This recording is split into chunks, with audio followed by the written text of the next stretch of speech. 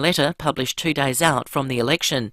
FIVEaa NDIS campaigner Jean Cochin says the scheme is in need of reform to ensure no one's left behind. We'd also like to see our elected representatives work with the NDIA to bring trust, pride and transparency back to the heart of it. And the election advertising blackout is now in effect for radio and television until the close of polls on Saturday, but political advertising is still allowed online and in the print media. Penfolds wants to bypass the tariff slapped on Australian-made wine, the SA winemaker announcing they'll produce reds in China. The new products are set to hit the Chinese market in later 2022. Finland and Sweden have applied to join the NATO alliance, spurred by Russia's invasion of Ukraine. Europe correspondent Carrie-Anne Greenbank has more. Finland and Sweden have now formally submitted their applications to join NATO, and the 30 member countries of the military alliance will be considering those applications from this point on. Usually, the membership process takes around 8 to 12 months, but given the threat from Russia, the two Nordic nations could become members of NATO within just a couple of months. There have been some reservations, though, Turkey expressing concerns. Tropical trees in Australia's rainforests are now dying at twice the rate they were 35 years ago due to the drier climate. A long-term international study looked at more than 8,000 trees. James Cook University professor Susan Lawrence says increasing mortality means the trees aren't getting as big. And it's those really big-sized trees which make such a difference to the ecosystem. They produce the most flower and they produce the most fruit. And they generate the most water, they transpire the most water into the atmosphere, and they sequester the most carbon. The Spencer tiara, worn by Princess Diana on her wedding day, is going on display at Sotheby's in London from next week. Her brother Earl Spencer loaning the tiara to the auction house. Now to FIVEaa Sport. Gliderol Garage Doors, adding strength, safety and style to South Australian homes for over 40 years. Gliderol.com.au. And it's good morning to Tom Wren. And a very good morning to you as well, Mel. Let's start with soccer. Adelaide United and Melbourne City have played out a 0-0 draw in the opening leg of their semi-final tie at Coopers Stadium overnight. The two sides will meet again on Sunday in the return leg of their semi-final.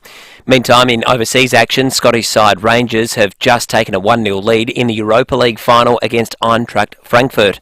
There's now about 25 minutes to play in that match. To football, it's selection night for the Crows and Port Adelaide ahead of their round 10 matches this weekend. Defender Brodie Smith telling Rowie it's going to be a tricky selection call for the coaches, with defender Jordan Butt set to come out of isolation after battling COVID. I believe it's the morning of, so a really tough one to sort of, obviously he's going to be away from the club for a week, but he is out on time to be selected, but a tough one to sort of weigh up. You're bringing a guy that's been away from the week from the club or not. Meantime, Port Adelaide is set to bring back skipper Tom Jonas after his week of isolation. Well, Shayna Back is back on the Australian swimming team after a second-placed finish in the 100-metre freestyle. That was at the National Championships here in Adelaide. Cody Simpson has also made the team for the upcoming World Championships and Commonwealth Games. And the Adelaide Thunderbirds have bounced back to the winners list after an impressive 68-55 goal win against the Queensland Firebirds. The result lifts the T-Birds up to 6th on the ladder. And that's the FIVEaa Sport. Now the FIVEaa forecast. Need a new mattress? Save big dollars and buy direct from the manufacturer. Elite Bedding, South Road, Edwardstown. Partly cloudy for your Thursday, a top of 18. Partly cloudy tomorrow, 18. Then on Saturday, mostly sunny and 20. Right now it's 10 degrees. More news as it happens on FIVEaa.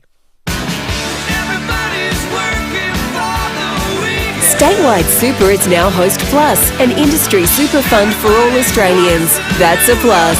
You're listening to FIVEaa Breakfast. David Penberthy and Will Goodings.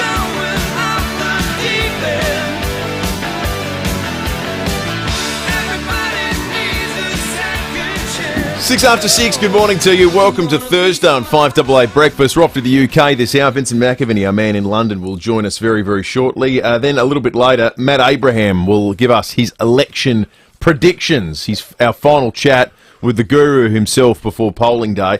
Looking forward to delving into all the nitty-gritty of what we've learnt over the last week or so with Matt Abraham. And then a little bit later in the morning, Tom Duday from the Adelaide Football Club will talk footy with with the dude. Plenty going on in the broader world of the AFL, but lots to chat about too in the context of what's happening in the Crows season. David Penberthy, good morning to you. I trust you managed to get through another 24 hours without crash tackling a small child. Yeah, I managed to do that. I have to admit that when I saw the video of Scott Morrison in Tasmania at that, I still find it, like, even talking about it now, I did set laugh for about 5 minutes without stopping. How many times do you think you've watched it? Oh, at least 10, maybe more. I might be in triple figures. I can't. It is so incredibly funny. It is one of the funniest moments in Australian election history, surely. Well, okay, I reckon until now the previous high water mark was John Howard bowling in Afghanistan. Yes. That was genuinely hilarious. I actually think this goes past it. I think the big winner out of yesterday is John Howard. Oh, for sure. Yeah, no, he's had this is the cherry on top in John Howard's election campaign 2022. He's finally he's in second place. Got the monkey off his back. It is. If you haven't seen it, folks, just type. Well, just type. Turn Google on, and you'll find it from a million news sources. It's the sort of thing that will be the last item on the news tonight in Brazil, in Rwanda, in Burkina Faso, probably even on state television in China. Like, it is just so utterly hilarious. If you haven't seen it, if you've been living under a rock, the PM was campaigning in Launceston yesterday, and I didn't even know what he was doing.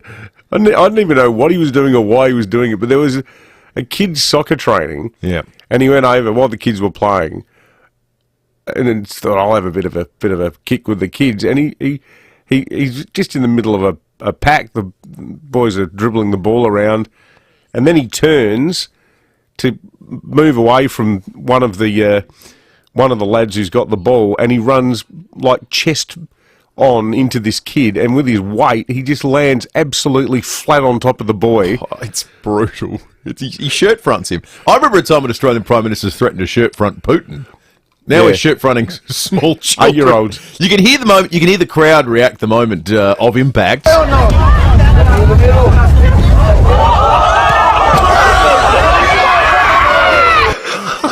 I think there's a combination of sort of horror and panic and just the humour of the moment. It's phenomenal. I don't think it has any political overtone. I was going to ask you. So we had the Latham handshake. Which it's not all the people who already hate ScoMo. Oh, yes. I say, well, there you go. Yep. There you go. Look at this idiot. Yep. I don't think it's a negative for people who are undecided, or alternately that it's going to make people who were going to vote for him not vote for him, because I think it's a completely relatable sort of Clark Griswold moment that does one thing very effectively. It confirms that Scott Morrison is a massive dork. Totally. It does that. But that's not a negative, I don't think, because being a dork is not a hanging offence. What about for people who go, I'm not that into this, I don't follow it that closely, but this bloke is an embarrassment? I actually think he handled it incredibly well. No, you know who the real winner is? The kid. Oh, the kid is awesome. The kid wrote it. Oh, yeah. Got up with a smile on his face. What an absolute superstar. I was saying that last night to Kate, like, how great being that kid. Like, at your 21st, like, that video is up on the screen while all your mates are, filling your yard glass with, what would it be down there? Launceston's Cascade, isn't it? Northern Tasmania's Cascade. Or is it Bogues? Oh, yeah, because they got the north-south divide, don't they? Cascades, Hobart, Bogues. Yep. Is Launceston. Good beer. Nice local beer to have. But yeah, you're right, Luca. What a legend. He didn't, no tears, had a smile on his face, got up and high-fived the PM. But I started watching highlights from the vacation movies on YouTube last night, thinking it is so much like, it's like, when he comes back with the car and it's got the airbag in it. Yeah. And, Clark deploys the airbag like ScoMo is like welding without the mask on. It's like, you klutz. But but that's not a negative, I don't think. It's just some things just are funny, and I think maybe it just lives in a universe without any requirement for there to be the political analysis of it. Mark in Barra Hills in the Telstra Storm Out Barker text line says, bad tackle, intent, yes, too high, yes. Aggressive, yes. Should be suspended for Saturday's election. A few people said that. There's a great video going around at the moment of it overlaid with the commentary of a tackle in the NRL that got someone sent off. Which is just tremendous. I tell you who did a brilliant job, the still photographer Jason Edwards. Because it's hard to capture something like this. I don't know if the guy's covered sport, but the still photography is brilliant as well. The photo on the front page of the Tizer is sensational. Yeah, it's great. Just like the expression on his face is so funny. Andrew says, I think it's commensurate with Boris Yeltsin's dancing effort at one of his pre-election starts. Well, at least Boris was probably drunk. Yeah, well, that's right. That's how he spent a lot of his time. He always had an alibi, Boris, didn't he? That's he right. Was just off his face. Yeah, I don't think ScoMo was. Hey, the first text of the morning in relation to Will's appearance, because it is, of course, what's now known across South Australia as Peter Shearer Thursday, here at 5AA. Jane with a Y. How's this? Gushing. Right, I just read it out. Praise for Will. Move on. Bit of a whack on the way through for me. Oh, William Goodings, look at you. Welcome to my lounge room. And don't worry, Dave, you're still special too. What about that? That's what my Year 10 maths teacher said to me.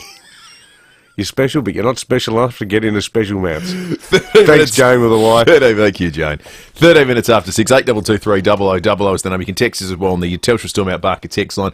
We'll get to the news headlines next. Wallace Cinema is celebrating all things SA in May. Enjoy our latest blockbuster movies on the big screen and support some of South Australia's other favourite businesses. Grab a choc top made with Golden North ice cream. Enjoy a bag of delicious fruit chocs. Have a cup of La Crema coffee with Florio milk. Or try Heavenly Delight's amazing biscuit selection. Great movies and delicious treats will have you coming back again and again.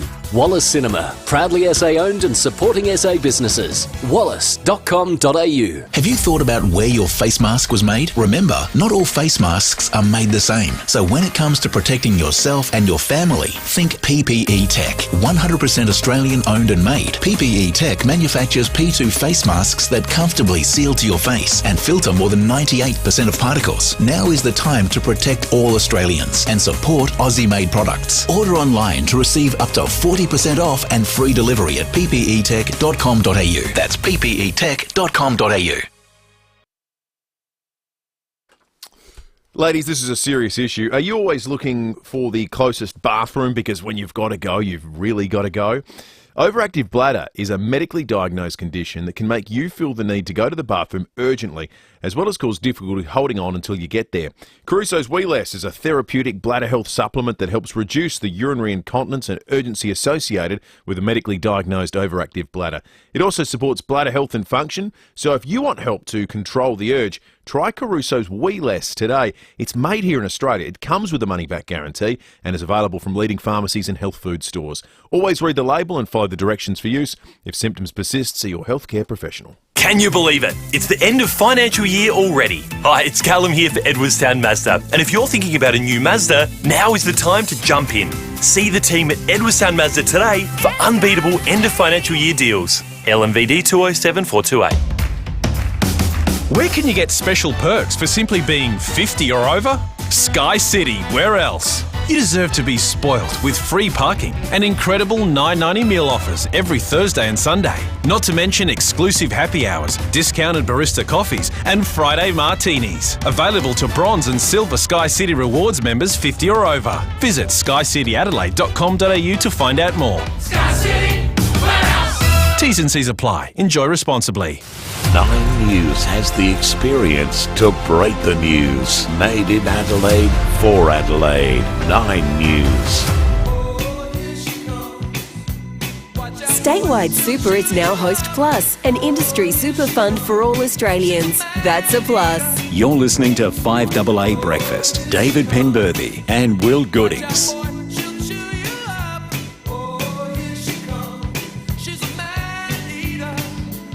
16 minutes after 6, Luca is the hero of the day. The Prime Minister has spoken to Luca, the little boy that he smashed, that he tackled. I think tackled is unfair to the art of the tackle. I think that he fell into in a soccer match in Tasmania. He's a Cronulla Sharks fan. Yeah. And let's remember Paul Gallen, who's probably the best known Sharky over the last 20 years.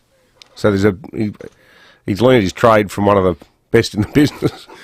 The Devonport under-8s player, Luca, Scott Morrison says, was a good sport about the incident. Mr. Morrison will continue campaigning in Tasmania this morning, hopeful that the latest unemployment figures show another fall. They'll come out a little bit later today. Police are investigating a terrifying daylight robbery at Wayville on Tuesday. A woman armed with a handgun attempted to rob another woman at a bus stop on Goodwood Road at about 5 o'clock in the afternoon, by the way. After the victim said she had no money, the woman attempted to snatch her handbag, resulting in a struggle between the pair, in which the victim grabbed the weapon. The offender ran off north towards Greenhill Road. She's described as being of Aboriginal appearance, approximately 40 years of age, medium build with shoulder-length dark hair. Police are urging anyone with information to come forward. Where the hell did she even get a handgun from? That's a great question. That's bizarre. I did not know that happened. I was at the butcher shop talking to Dave at just before 3:30. The idea that happened on Wayville, it was a la-di-da little at 5 p.m. high street. So peak hour, people are jumping on buses to get home from work. Yeah, it's always packed at peak hour around there, around the tram line. Clearly, the perpetrator didn't have all their faculties, because I don't care how brave you are, unless it's a 100% chance it's going to go well. You're not grabbing the gun out of someone's hands that's threatening you with it, are you? No. So I'm guessing the person was, We'll try to get more detail of our friends at SAPOL when we talk to them at 6:45 about that. This is a big story. Crisis talks are due today over the future of building giant Metricon. The Melbourne-based company claims it remains as a strong, viable business. Representatives will meet with Victorian Treasurer Tim Pallas about the spike in material and labour costs as pressure mounts on builders struggling to meet fixed contracts. The turmoil comes just days after the sudden death of founder and chief executive Mario Biasin. They are huge, Metricon, and actually they do really high-quality homes. The stuff they build is terrific. Oh, they've done huge developments as well. And I say that to say this is not some backyard shonk operator that popped up 6 months ago to capitalise on a turbocharged housing market. Yeah. It's a big company. Yeah. There's a pretty sad backstory to it all as well. With the death of the CEOs, had a history of mental health problems.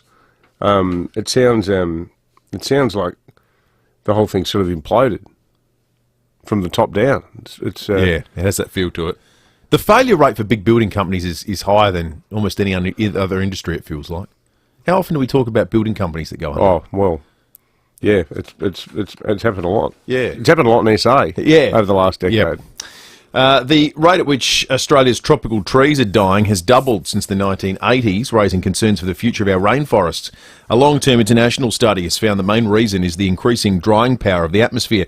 James Cook University Professor Susan Lawrence says it's bad news for rainforests. If this pattern seems to hold out and continue over the next 2 decades, I would definitely see that we would see some of those areas switching back towards some kind of more eucalypt-dominated forest. There have been heavy losses on Wall Street overnight. Retailers unveiling disappointing earnings results. Shares in Target in the US have dropped 26%, with consumers tightening their belt as a byproduct of inflation. In the UK, inflation has hit its highest levels in 40 years. You watch any international news service at the moment, they all look the same. You can have the volume off, and the language can be something different, and everyone's got a graph that has cost of living on one axis and years on the other. And we got a pretty good graph compared to most of the world too. Well, we do. Which is what Scott Morrison's been at pains to say. Although the one set of figures he didn't want were the ones yesterday about wages growth, versus inflation. Yeah, because wages are finally going up, but they're going up significantly slower than inflation. So in fact, everyone's going backwards. 2.4%, wasn't it? Yeah, wages up. Versus inflation was 5%. Yeah. So that's not a sustainable dynamic. No. All eyes today, as we say, will be on unemployment figures, which you'd think will be good news because unemployment is at historic low levels. Texts, David, on the Telstra Storm Out Barker text line. One here from David Reece ScoMo. It says, should have been a yellow card. Bloody ref still can't get it right. One here saying, don't you guys think ScoMo did well to take all the weight on his outstretched arms? A complete dork would have crushed the kid. That's true, actually. I thought he handled it pretty well. Maybe he's got experience in accidentally landing on children. I don't know.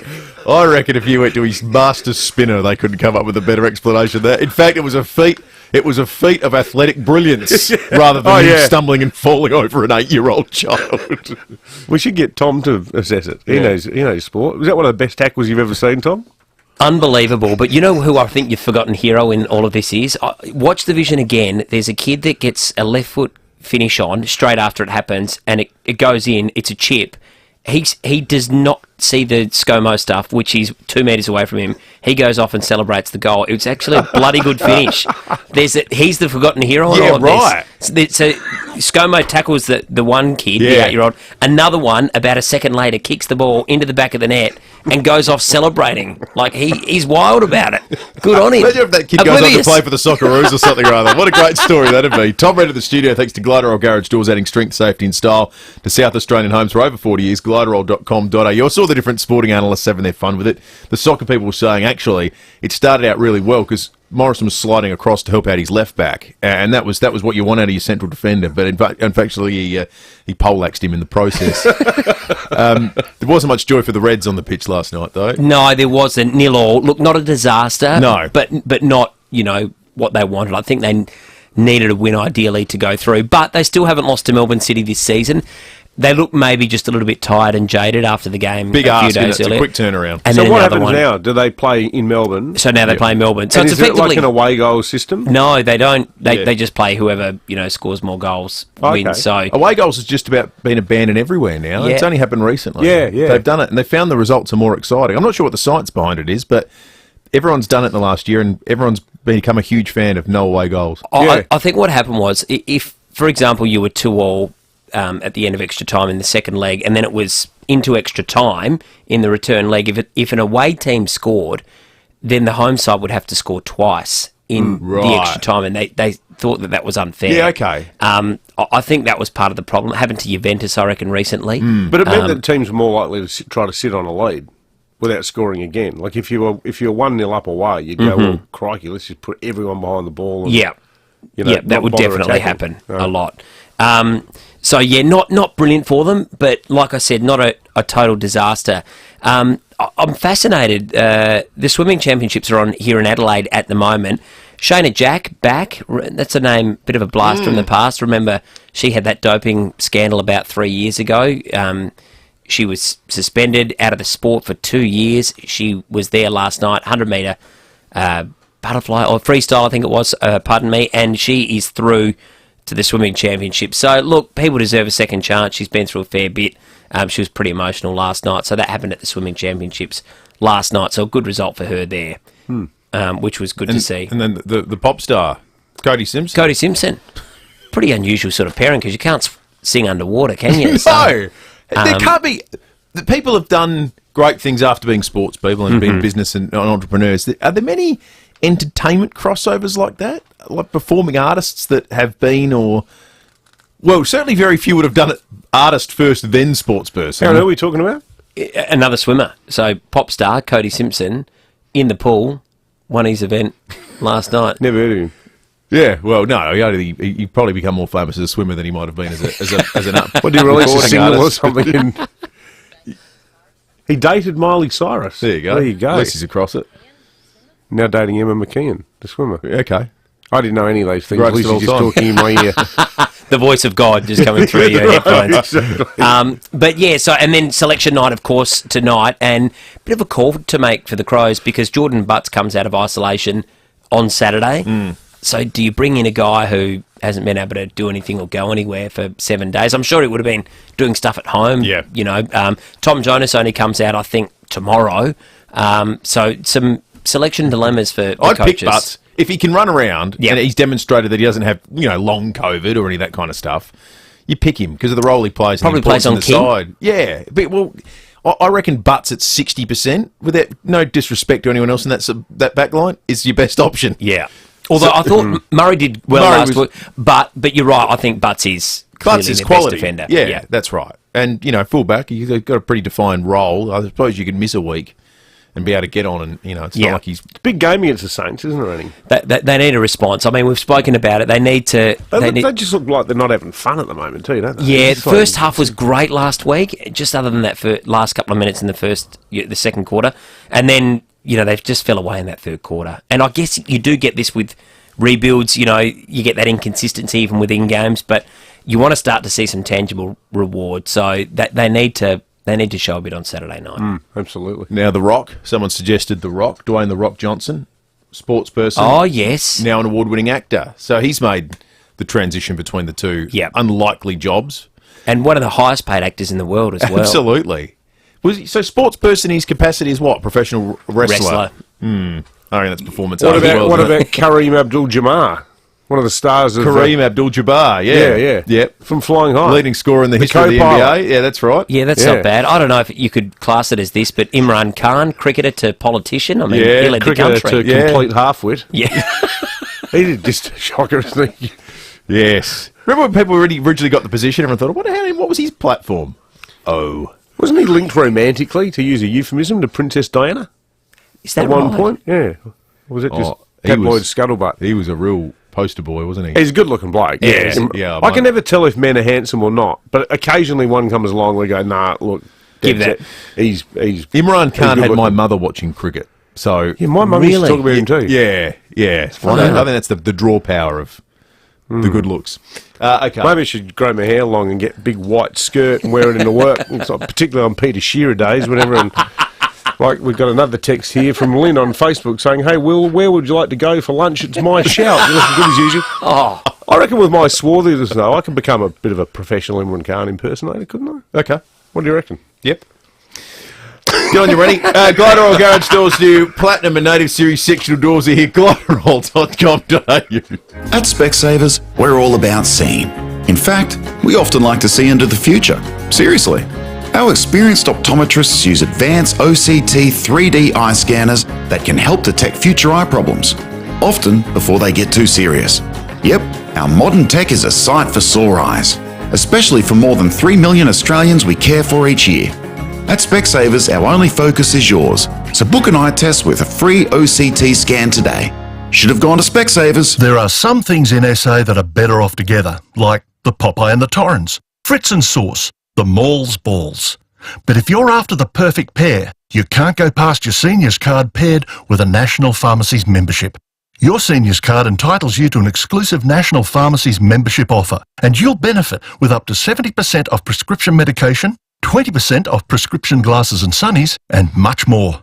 So talk to our friendly team at National Pharmacies and join the community that cares for yours. So why go with NRG Solar? My first contact with NRG Solar was through Michael. He had a look around the house, around the roof. We have particular problems with trees, so he assessed the situation, made some calculations, discussed the options with me. What I liked most about the visit was that Michael was prepared to explain things in simple language to us and look at the options and just basically being professional. Visit nrgsolar.com.au. For over 38 years, Steinborner Automotive has always been well worth a trip. And right now, Steinborners are the place to go for top dollar on your trade-in. They will do any trade, and this month they are offering a further $1,500 bonus on all trade-ins. So go out to one of Steinborner's 8 locations for Hyundai, Mitsubishi, Ford and SA's best range of used cars. View all their used vehicles at steinborner.com.au. Steinborner Automotive. It's well worth a trip. Judo Bank is boldly backing Australian businesses. Purpose-built to support small and medium businesses. Judo Bank is doing things differently. Here's Brooke Corty. Designed to support Australian businesses, Judo Bank's relationship bankers are experts at evaluating risk and opportunity so they can back small and medium businesses to thrive. Without being held back by outdated systems, Judo Bank can move at the speed of business to give Australian SMEs the service they deserve. Judo Bank, boldly backing business. Arrange to speak to a Judo Bank relationship banker on 13 Judo or by visiting judo.bank. Eligibility criteria, fees, charges and terms and conditions apply. 5AA Breakfast is streaming live right now. To watch, simply head online to 5AA Facebook or search 5AA on YouTube.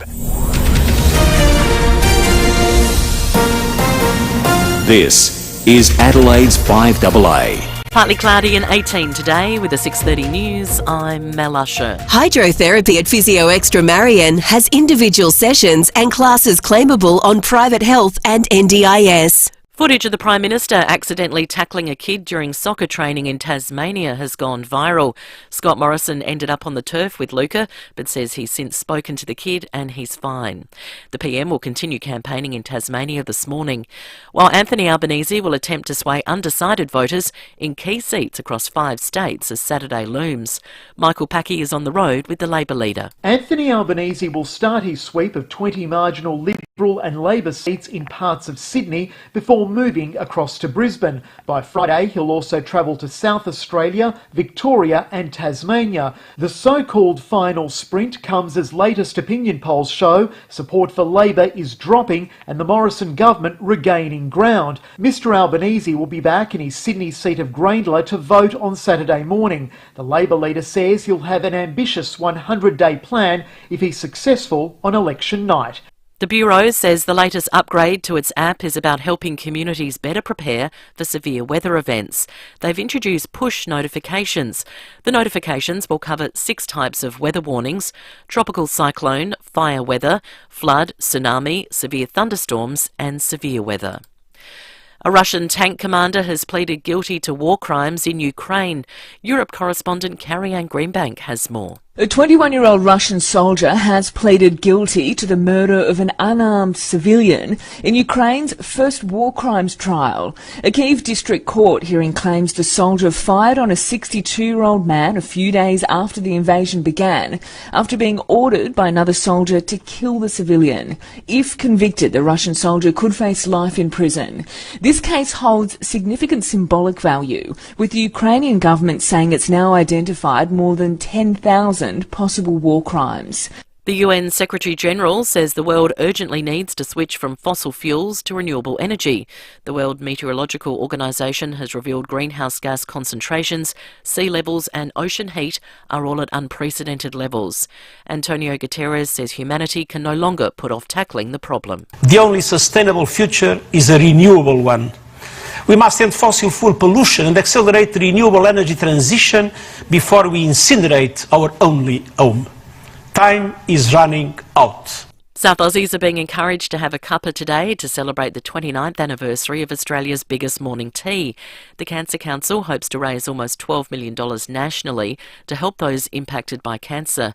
The organisation's Natasha Bowe says it's a great initiative. It's really a chance for anybody to get involved, get together your family, friends, loved ones, workmates, and host a morning tea and raise some vital funds to help South Aussies impacted by cancer. And Tom Cruise has taken Top Gun 2 to Cannes. The film festival has kicked off with a screening of Maverick, and Cruise has received an honorary Palme d'Or. Now turning to 5AA Sport. Gliderroll Garage Doors' new Platinum and Native Series sectional doors are here. Gliderroll.com.au. Here's Tom Wren. Thank you, Mel. Adelaide United and Melbourne City have played out a scoreless draw in the opening leg of their semi-final tie at Cooper Stadium overnight. Reds captain Craig Goodwin telling Channel 10 they just couldn't finish their work. Look, I think overall the draw is probably a fair result for us. We had some good openings, but it's that final ball that let us down. Perhaps that's from a bit of tired legs from playing a few days ago. The two sides will meet again in the return leg in Melbourne on Sunday. And in the Europa League final, it's 1-1 after 90 minutes between Eintracht Frankfurt and Rangers. Well, the Crows and Port Adelaide will name their sides ahead of their round 10 matches a little later tonight. Adelaide is set to bring back forward Riley Thilthorpe for his first match since round 1, but Wayne Miller looks set to spend another week in the Sandful. Meantime, the Power is set to bring back skipper Tom Jonas after he missed last week through COVID, while Trent Dumont should also be available after he missed last week with the same issue. Well, Cody Simpson has made Australia's swimming team for the World Championships and Commonwealth Games. The former pop singer finished third in the 100 metres butterfly at the National Championships here in Adelaide. You know, obviously lived and breathed the sport growing up. Took a hiatus for the better part of 10 years and came back with just a fire that I couldn't put out and still can't put out. Shoney Jack also made the team following a 2-year drug ban.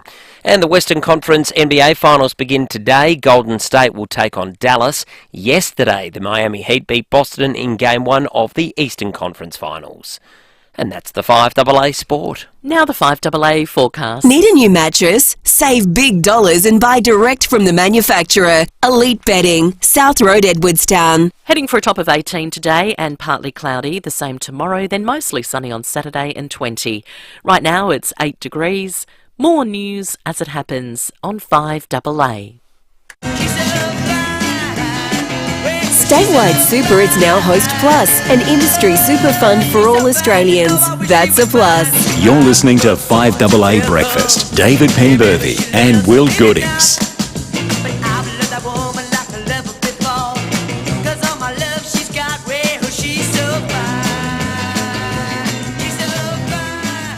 "23 to 7 police and weather coming up in just a moment. Then we're off to the US. Congress has opened a series of public hearings into the appearance of, reports of, sightings of UFOs. When are we talking about that before 7 o'clock today? I read every word of that story. It's fascinating. It's amazing, isn't it? Yeah. What about the 6 pilots have apparently died trying to fight them? Did you read that bit? I'm not aware of that bit. It's extraordinary. Yeah. Hey, I'm going to throw a question without notice to our great friend Vincent McAviney, who's our UK correspondent. Vincent, we were talking at the start of the program this morning, and good morning, mate, about our Prime Minister, Scott Morrison, who had a bit of a mishap on the campaign trail yesterday where he crushed a small boy. Oh, I have seen it. Okay, well that tests that hypothesis, doesn't it? To explain it to me. I very much enjoyed watching it. We were saying that especially after I read a story that he didn't be a bulldozer anymore the day before. Yes! So, yeah. It's one of the funniest things I think any politician has ever done. It's just extraordinary. Hey, well, you know, there's an exact same clip of Boris Johnson doing that. I think he was on a tour to Japan when he did it, and he was playing rugby, which of course, you know, naturally has a bit more tackling in it. And Boris, to get a try, just flattens this child, does not go straight through him, and then is encouraged to go back and help this kid up. It's quite amazing. Oh, it's terrific. Hey, Vincent, I saw the footage the other day of Her Majesty the Queen up and about, which is terrific to see. Yeah, there was concern here last week because she didn't want to. She didn't attend the state opening of Parliament, and Prince Charles was doing that. To be honest, though, can you blame her? She is sick, and when you see the way that she was on site, if you really want to see the glass smile, you just give her some horses. I think for the rest of her time, she should only have to do horse-based events. No opening stuff, no meeting the public, because she had a sort of a horse show in honour of MGB. You had the likes of Tom Cruise presenting, Dame Helen Mirren as well, and all kinds of equestrians there. And she was just absolutely delighted throughout it all and received a big round of applause when she did appear there. She was using a sort of cane because she is having these mobility problems, but did look in good health and good spirit. And then she did actually pop up yesterday in a surprise appearance for the opening of the Elizabeth line, named after her, which is a brand new tube line, the first brand new tube line in decades here in London. It was an interesting, actually, poll that was done here in Australia, Vincent. It prompts me to ask what the attitudes towards Her Majesty are in the UK, because on the question of maintaining our constitutional arrangements with the Commonwealth and having the Queen as head of state, the Queen actually enjoys her greatest areas of popularity among those over the age of 65 and those under the age of 25, which has sort of been something of a revelation. We've always assumed that every subsequent generation has less attachment to the monarchy than that came before it. What's the phenomenon like in terms of support for the monarch in the UK? Well, I think in the UK you really have to separate out people's views on monarchy and people's views on the actual Queen herself currently. Right. I mean, in terms of popularity, Queen Elizabeth II is pretty untouchable. She enjoys popularity in the sort of high 70s, early 80s among British people. She, is well revered across the world. But I think on the whole, people think that she has done a good job in her reign, but also that, this is a woman of 96 years old who's done this job since she was in her 20s, who's given up and dedicated her life to it. And her family around her, of course, have had a very difficult time in recent years. But, she carried on doing as she promised she would do, even after losing her husband last year. So I think a lot of people have a lot of time and respect for Her Majesty the Queen in this country, and it does span generations here. I think where the breakdown starts to kind of become a bit more, a bit different, is when you look at the institution itself, and particularly whether people want it to continue once she goes into Prince Charles. We've heard for years that, of course, Prince William is much more popular than Prince Charles, but we don't get to pick and jump someone in the line of succession. It will be Prince Charles, and I think there is where kind of there is a bit more of a question mark over support, but it is still at least a base level of around 60% of people in this country will want to continue with the monarchy. The current, royal family dates back to 1066. This is an institution that has been around for almost a millennium now, and I think it would have to be a sizable and pretty huge campaign by the Republic campaign. So there is an official campaign in the UK that tries to get a Republic. Their strategy is basically they know the Queen is untouchable, so they don't campaign very actively. They do highlight the cost every year associated with the monarchy, but they think their strategy, they think their big moment is to try to reform the system once Queen Elizabeth II goes. But I think the polling, and particularly with young people as well, as you mentioned, that's something here. Of course, the Netflix The Crown series has done a lot to give people an understanding of, it is a drama, but it does reflect historic events. It does have some kind of informed insights into how she has governed. But I think it has given people an appreciation of just how long she's been on the throne and just what kind of a commitment it is. Yeah, I would totally agree with that. Great stuff as always, Vincent McAvenny, our UK correspondent. I'm amazed it's not higher than 60% in England. Yeah, I would have expected it to be higher. But it is phenomenal that we've got this situation with under 25s in Australia. And it's actually funny listening to Vincent talk about the Republican movement in the UK. I think the strategy is the same for the Republican movement in Australia. It's not going to happen at the moment. I think they're deluded, though, if they think that when the Queen goes, that automatically everyone's going to suddenly have this upsurge in Republican sentiment. I mean, we did different if Prince Andrew was the next in line. But that'll be their argument, though. Nothing prevents it from being a Prince Andrew at some point in the future. Oh, I'd say he's seventh in line. Oh, he might even be further than that now. But yeah, that'd be quite a coronation. I tell you what, you wouldn't want to go to the after party. The Netflixization of things, for to coin a phrase, it's made Formula One incredibly popular around the world. Where I didn't ever enjoy support in places like the United States until the Netflix Drive to Survive series. Suddenly, all the Americans are obsessed with it. It's driven up the support for the monarchy in Australia because of the Crown program that's on. If everyone was smarter and had a bit of foresight, you could have made use of that as a sort of propaganda tool to make people believe all sorts of things. Yeah. Who knew? It's just sort of soft entertainment is the way to people's hearts and minds. Prince Andrew, 9th in line. Ninth. Okay. Well, I think we're safe. Let's check traffic. Win your slice of paradise at Henley Beach worth $4 million with the Hospital Research Foundation Home Lottery. Good morning, boys. At Marston, crash on South Road near Everard Avenue, seeing delays there. At Belair, trenching work on Main Road near Manouta Drive, affecting both directions, speeds at 40. And Allaby Gardens, sewer maintenance works, Grange Road near Coombe Road, heading towards the beach. One lane closed and speeds at 40 k's. Cameras today, Ascot Avenue, Vale Park and Briar Road at Felixstowe. Buying your first Mazda, trading your old vehicle or getting your car serviced? It's got to be Edwardstown Mazda. edwardstownmazda.com.au. Adelaide's most accurate traffic on 5AA.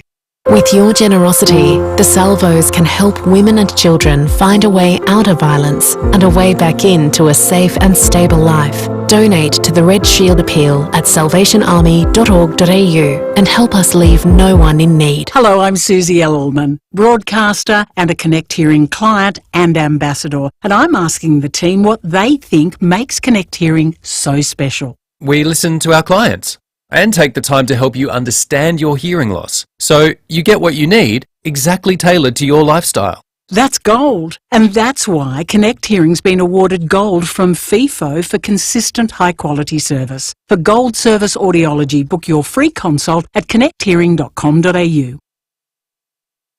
Wallace Cinemas is a South Australian family institution in the movie game, and they're adding to the family with a new cinema in Gawler. See blockbusters to classics, you have a girls' night out, other special events, plus all the Wallace gift cards and cine savers you love. Candy bar prices are staying low, and you can enjoy your favourite SA brands like Golden North Ice Cream, Fleurieu Milk, Men's Fruit Chocks, La Crema Coffee, and more. See blockbusters like Doctor Strange in the Multiverse of Madness, Downton Abbey, and Sonic the Hedgehog, plus look out for Top Gun Maverick and Jurassic World. They're coming very soon. All on the big screens at Wallace Gawler, 11 Murray Street, Gawler. Fantastic South Australian business, so support your local SA-owned cinema, partnering with other amazing SA businesses. Visit wallace.com.au for tickets or download the Wallace app. You deserve to enjoy doing what you're passionate about. Gardening, for example, or walking to keep fit. So if your body is stopping you from enjoying the life you want, come and see us at SportsMed. Our Stepney Healthcare Hub includes our own hospital, orthopaedic surgeons, doctors, physios and podiatrists, so we can see to your care from diagnosis to rehabilitation all in one place. Easy. Get back to doing what you love. sportsmed.com.au. Attention dilly-dalliers. If you thought you'd run out of time to score a great end of financial year deal on a new Volkswagen, listen to this. Mawson Lakes Volkswagen is about to receive truckloads of new Volkswagens, and they're available at amazing end of financial year prices. And remember Mawson Lakes Volkswagen for servicing too, with next day servicing and free loan cars. Don't dilly-dally, dawdle or delay. Get a great deal on Volkswagen now. Mawson Lakes Volkswagen, just a short drive from the city. 9 News has the experience to break the news. Made in Adelaide for Adelaide. 9 News. Statewide Super is now Host Plus, an industry super fund for all Australians. That's a plus. You're listening to 5AA Breakfast. David Penberthy and Will Goodings. 12 to 7. So we've just unofficially judged the Boris Johnson rugby video up against the Scott Morrison soccer half tackle falling into a child video that Vincent McAvaney alerted us to, because it's the comparison they're making in the UK at the moment. So I think the impact in the Morrison hit is significantly harder. Clean him up. But it seems accidental, whereas Boris Johnson has the look of a man who will not be stopped in scoring a try. Yeah. And he doesn't care what child he has to go through to get there. Bojo's technique is reminiscent of Matt Dillon, and there's something about Mary playing gridiron. Let's go to the Bureau. Hannah Marsh, senior forecaster, who's on duty. Morning to you, Hannah. Good morning, David and Will. So how are we looking weather-wise for the next day or so, Hannah? Well, we've had a bit of a chilly start. Got down to 3.3 degrees at Nooryalpa, 3.4 at Edinburgh. In the city, we got down to 6.5 degrees, but we're currently sitting on 7.9 degrees, heading for a maximum of 17 degrees in the city, 15 at Nooryalpa, and we are looking at a generally partly cloudy day, but otherwise pretty similar conditions as we head forward with a high-pressure system dominating our weather at the moment. So minimums around 8 degrees again tomorrow, maximum around 18 as well. And then we start warming up, so getting up to 20 degrees on election day, 21 for Sunday, 22 for Monday. Then we've got a system that we're expecting to come through about midweek, which will see the return of some shower activity. Good on you, Hannah. Lovely. Thank you for that. Hannah Marsh, senior forecaster at the Weather Bureau. Let's go to SAPOL. Senior Constable Matt Brown's on the line. Morning to you, Matt. Good morning, guys. How are you? We're good, thanks, Matt. So there's been 2 more ram raids this morning. Oh, that's right, Dave. The first one was just before 1 a.m. when police were called to a building supplies business on Main North Road at Jepps Cross after reports of an alarm activation. Now, patrols have arrived and noticed entry was gained into the yard by ramming the gates of the property with the car. And the offenders proceeded to ram the roller door leading into the warehouse, but fortunately motion sensors and lights were activated and the offenders left the area without gaining access or stealing anything. The car is believed to be a white Volvo SUV with a black roof. Unfortunately, we didn't get any rego on that one, but about 10 minutes later, patrols were called to a recycling depot on Waterloo Corner Road at Burton. after reports that suspects had used a strap attached to a white Nissan Navara ute to rip a safe out of an office. Now, the safe was too heavy and was discarded nearby, and the ute then drove off and was found about 10 minutes later in Alana Court, also in Burton, where it had been abandoned and set on fire. Now, the ute had been stolen from a Broadview business on Tuesday the 17th of May, and it may have been involved in the Felixstowe break-in that I spoke to you about yesterday, the one at the supermarket. Police are investigating links between these incidents and other break-ins that have occurred this week where vehicles have been used to gain entry to businesses. And anyone with information about either of this morning's break-ins is asked to call Crime Stoppers on 1800 333 000. Hey, Matt, also, have you got any more detail on this handgun incident on Goodwood Road yesterday? Yeah, this one was a bit scary, David. Actually, about 5:10 p.m. on Tuesday, 17th of May, the victim was approached by a woman while she was waiting at bus stop 2 on the western side of Goodwood Road at Wayville. Now, the offender allegedly demanded the victim hand over her purse and then produced a small firearm. And the 47-year-old victim indicated she had no money, and the offender attempted to snatch her handbag, and the victim then grabbed the gun and the struggles occurred. The victim hit the offender with her bag and she fell to the ground. The offender was last seen running north towards Green Hill Road. Now, the female is described as being of Aboriginal appearance, about 40 years old, medium build with shoulder-length dark-coloured wavy hair. She was wearing a white hooded jumper and dark-coloured pants, and the firearm was described by the victim as being a black handgun. So we're asking members of the public who may have witnessed the incident or may have been in the area at the time to call Crime Stoppers on 1800 333 000. Do you reckon it was a real handgun, Matt? Because we're struggling to find out how someone who it sounds like they might be an itinerant would actually get their hands on a handgun. Yeah, we're still trying to work that one out, David, but like you say, it may have been an imitation. We certainly wouldn't ask questions if someone was pointing it at us. Yeah, absolutely. Yeah. Good stuff, Good Matt. on you, Matt. Thanks, you. Matt. Senior Constable Matt Brown from SAPOL. It's 7 minutes to 7. Let's head to the US. Fascinated by this story Ashley Mulaney's got for us from the 7 News Bureau over there. Ashley, what was it that captivated you from a pretty crowded field at the congressional hearings on UFOs? Good morning, guys. Well, I love this job. You wake up one morning and suddenly you're talking about UFOs on air. There's just never a dull moment. But this was fascinating. I mean, first time in over 50 years that we've had a congressional hearing like this, the biggest stage in Washington, and there they are playing videos of UFOs, or what they call now the unidentified aerial phenomena. I think the most interesting part was probably a video that was classified. I mean, there were a lot of pictures and videos that were shown, but there was one in particular that had been classified up until yesterday, and it was actually taken last year from the cockpit of a fighter pilot, an F-18. A fighter pilot filmed it on his phone. It's with this spherical, shining object, and one of the Pentagon officials said they just simply didn't have an explanation for it. And part of the reason why they're trying to really put the spotlight on this is, I guess it's twofold. It's they're wanting to destigmatize the idea of talking about these unknown objects, because I think up until recently, people felt like they'd be considered crazy if they mentioned something unusual that they'd seen in the skies. But these Congress members yesterday were saying this is a national security issue. We should know what these things are. And that's what was born out of this hearing yesterday. There was another interesting video that kind of shows these glowing green triangles all over the monitor, and they said they believe those to be man-made drones that swarmed a Navy ship. I think what was probably interesting was not what we heard, but what we didn't hear yesterday, and the questions that they decided they wanted to answer behind closed doors, which is probably due to national security reasons too. Actually, one of the things I thought was so interesting reading about it yesterday was apparently they said there was suspicions, and this might have involved Russia and Chinese Navy pilots too, but they said that they think there's been cases where pilots have died while chasing UFOs. I mean, they were asked specifically about collisions. We might be thinking about the same section of the hearing, but when they were asked about collisions, I know that they said that there had been 11 near misses that they spoke about. That clearly it's something they're concerned about.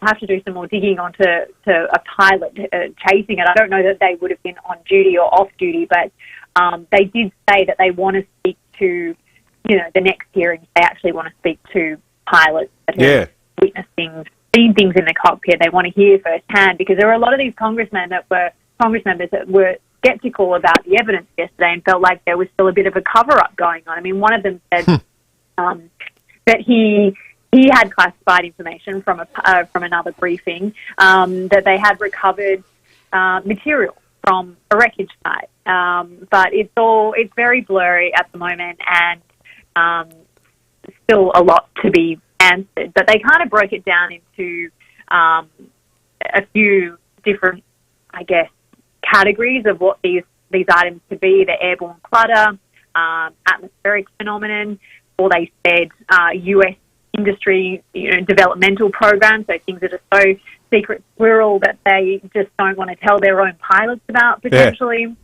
And then there's the foreign adversaries as well, the Russia, the China, which I think in some respect, at one point a congressman said, do we have, because there was an image of something dropping into the water, and the congressman said, well, do we have equipment to look underwater at what those items are? And he said, we need to take that question behind closed doors, because I guess that, these Pentagon officials are reluctant to give too much detail about, America's infrastructure as well, military infrastructure. Wow. Fascinating. Yeah, amazing story. Great stuff. Ashley Mullaney, the 7 News US Bureau Chief. I've got to the end of the piece yesterday, and I thought, well, why would we as a species assume that there's nobody else out there? I don't think you can assume that. No, you can't. You can't logically do it. When you consider the vastness of the galaxy. Yeah. It would be inconceivable. It's harder to believe other forms of life. That's right. It's harder to believe that all the various variables required to create and sustain life only happened once in a universe that's infinite. Yeah. And expanding. That's more unlikely, surely. I don't know if I want them buzzing around in the atmosphere, though. It'd make things like the war in Ukraine seem kind of irrelevant in a way, wouldn't it? If, suddenly gigantic spacecraft landed on top of the Kremlin. That'd be pretty cool. Yeah, that would be something. They'd make some benevolent alien invader just... Do we want Putin to be their first contact? Yeah, well, if they're going to eliminate him with extreme prejudice, why not? 2 minutes to 7. We're going to take a break. 5AA News is coming up. We'll take you through some of the other stories of the morning in just a moment. Some days are hot. Others, freezing. But with an Hitachi air conditioner in your home, you can be comfortable all year round. Hitachi has a wide range of inverter wall-mounted, ducted and multi-split systems to suit any home. Plus, selected models come with a 6-year warranty. So don't just get any air conditioner. Get what Hitachi has. Visit hitachiaircon.com.au now to find your local specialist installer. For over 38 years, Steinborner Automotive has always been well worth a trip. And right now, Steinborners are the place to go for top dollar on your trade-in. They will do any trade, and this month they're offering a further $1,500 bonus on all trade-ins. So go out to one of Steinborner's 8 locations for Hyundai, Mitsubishi, Ford and SA's best range of used cars. View all their used vehicles at steinborner.com.au. Steinborner Automotive. It's well worth a trip. This is RB Day with more tales from the bedroom thanks to Supercraft Bedding. Supercraft Bedding has been handcrafting mattresses since 1873. Now you'd think there's a bit of waste. Well, we've been recycling before it was on trend. Leftover foam is crumbed up and made into special positioning pillows for hospitals or affordable pillows for charity. This is RB Day for Supercraft Bedding, building better beds at 42 Richmond Road, Keswick. Hi, I'm Victoria from The Family Cook. I'm passionate about cooking wholesome, fresh and delicious meals. We're the only meal delivery service based in South Australia using hand-selected premium ingredients such as free-range chicken, grass-fed beef, Australian fish and locally sourced vegetables and herbs. Our customers love it and I can guarantee you'll love it too. And we're proudly an NDIS provider. Jump on board thefamilycook.com.au. 5AA Breakfast is streaming live right now. To watch, simply head online to 5AA Facebook or search 5AA on YouTube. online, on DAB digital radio, and on 1395 AM. Talking Adelaide. This is Adelaide's 5AA. Partly cloudy and 18 today with the 7 o'clock news. I'm Mel Usher. Woken with a stiff neck or sore back? Get a Physio Extra appointment today. 6 locations, physioextra.com. A machete has been used in a hold-up in Adelaide's north. Police were called to the Globe Derby trotting track at Globe Derby around 9 last night after a man robbed the hotel and fled with thousands of dollars of cash. The staff members were shaken but not physically injured. The hunt for the suspect continues. The Prime Minister has spoken to the little boy he accidentally tackled in a soccer match in Tasmania. Scott Morrison says Devonport under-8s player Luca was a good sport about the incident. Mr Morrison will continue campaigning in Tasmania today, hopeful the latest unemployment figures show another fall. Anthony Albanese will blitz 20 marginal seats across 5 states as the election campaign moves into its final 48 hours. Michael Packey is travelling with the Labor leader. With the polls showing the election race is tightening, Anthony Albanese is keen to sway any undecided voters. Today, the opposition leader will travel across a range of seats in New South Wales and Queensland. These electorates are either held by the Liberals or Labor, but on thin margins. Tomorrow, he'll shift his final sprint to Victoria, South Australia and Tasmania. Mr Albanese says if he's successful on Saturday night, he has an ambitious agenda for his first 100 days in office, including swearing himself in as Prime Minister as early as Sunday. Penfolds is heading OS. The SA winemaker will produce reds in China to bypass tariffs slapped on Australian-made wine. The new products are set to hit the Chinese market later this year. Wall Street has suffered major losses overnight as retail stocks took a big dive. The Dow Jones down 3.5% at the close, falling by more than 1,000 points. CommSec market analyst Tom Petrovsky says Australia's share market is expected to open lower. We're in for a challenging day today. The futures are telling us that the ASX 200 should kick off with a loss of almost 2% when trade gets underway. Amber Heard's sister has testified in Johnny Depp's defamation trial. US correspondent Michael Genovese reports. Whitney Henriques told the jury Johnny Depp assaulted both her and Amber Heard during an argument in 2015. She also testified having seen her older sister with a series of unexplained injuries. Occasionally I'd see bruising, cut lips, split lips, weird marks, burns, or I don't know, on her arm, scratches on her arm, things like that. Depp denies the claims and is suing his ex-wife for defamation. Now turning to 5AA Sport. Gliderall Garage Doors, adding strength, safety and style to South Australian homes for over 40 years. Gliderall.com.au. Here's Tom Wren. Thank you, Mel. Let's start with football. Eddie Maguire is fuming over suspensions handed to Richmond's Marlon Pickett and Sydney's James Rowbottom for high bumps. The ex-Collingwood president, who once sat on the AFL Rules Committee, says the contact in both incidents wasn't worthy of a ban. I'm a firm believer that this is a contact sport that is an invasion sport. I think that we are sanitising the game beyond what it needs to, right? But you ask me a question, simple question, why are people starting to get the brace and bits with the game and not want to go to the game? That's part of it. That audio thanks to Channel 9's Footy Classified, and the round 10 teams will be released later tonight. To soccer, and Adelaide United has drawn with Melbourne City in the opening leg of their semi-final tie at Cooper Stadium, the return leg to be played on Sunday. Meantime, the Europa League final is into extra time between Eintracht Frankfurt and Rangers. After they finished at 1-1, there's only a few minutes now to play in extra time, the match seemingly headed for penalties. Well, Australian women's cricket coach Matthew Mott has been named England's men's coach for T20s and one-day cricket. Meantime, the Lucknow Super Giants have won a thrilling IPL clash against the Kolkata Knight Riders by just 2 runs. South Africa's Quinton de Kock, the star for the Super Giants, with a stunning unbeaten 140, which included a staggering 10 sixes. Aussie Marcus Stoinis picking up 3 for 23 in his side's win. Well, the impressive form of South Aussie Thanasi Kokonakis has continued after he moved into the quarter-finals of the Geneva Open. He came from a set down to beat 7th seed Federico Del Bonis in 3 sets. Alex de Minaur is also into the quarter-finals of the Lyon Open. And US Soccer has announced both the men's and women's national teams will receive equal pay. On top of the World Cup money, the teams will also receive the same appearance fees and game bonuses and share commercial revenue. And that's the 5AA Sport. Now checking 5AA traffic. Win your slice of paradise at Henley Beach, worth $4 million with the Hospital Research Foundation Home Lottery.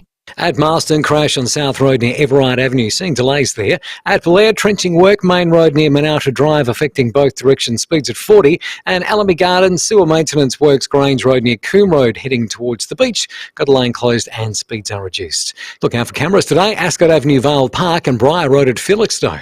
Experience in a Porto Bondi Burger meal for just $9.95 today. Fresh Portuguese grilled chicken breast burger with chips and a drink for a limited time only at a Porto. Adelaide's most accurate traffic on 5AA. Now the 5AA forecast. Need a new mattress? Save big dollars and buy direct from the manufacturer. Elite Bedding, South Road, Edwardstown. A partly cloudy Thursday on the way, 18. Partly cloudy tomorrow, 18. Mostly sunny on Saturday and up to 20. Right now it's 7 degrees. More news as it happens on 5AA.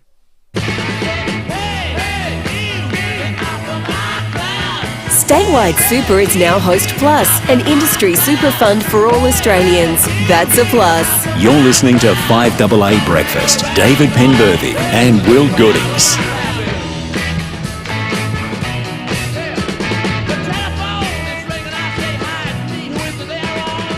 7 after 7, good morning to you. If you're joining us for the first time on this Thursday, we're going to give you the chance to win $100 worth of Uggs shortly, and it feels Uggs-ish around this time. Uggs-ish. The sun is up. Can we do Uggs-ish? Will you accept Uggs-ish? Uggs-ish? Uggsy? Uggsy. Uggsy. It's feeling Uggsy. Feels a bit Uggsy. Okay, no, that's better. Uggsy. Yeah, no, I defer to you on the what's that, a suffix? Oh. Yes. I'm still recovering from the great Eton mess debacle yesterday, Will. No, you've been on fire today. Are we...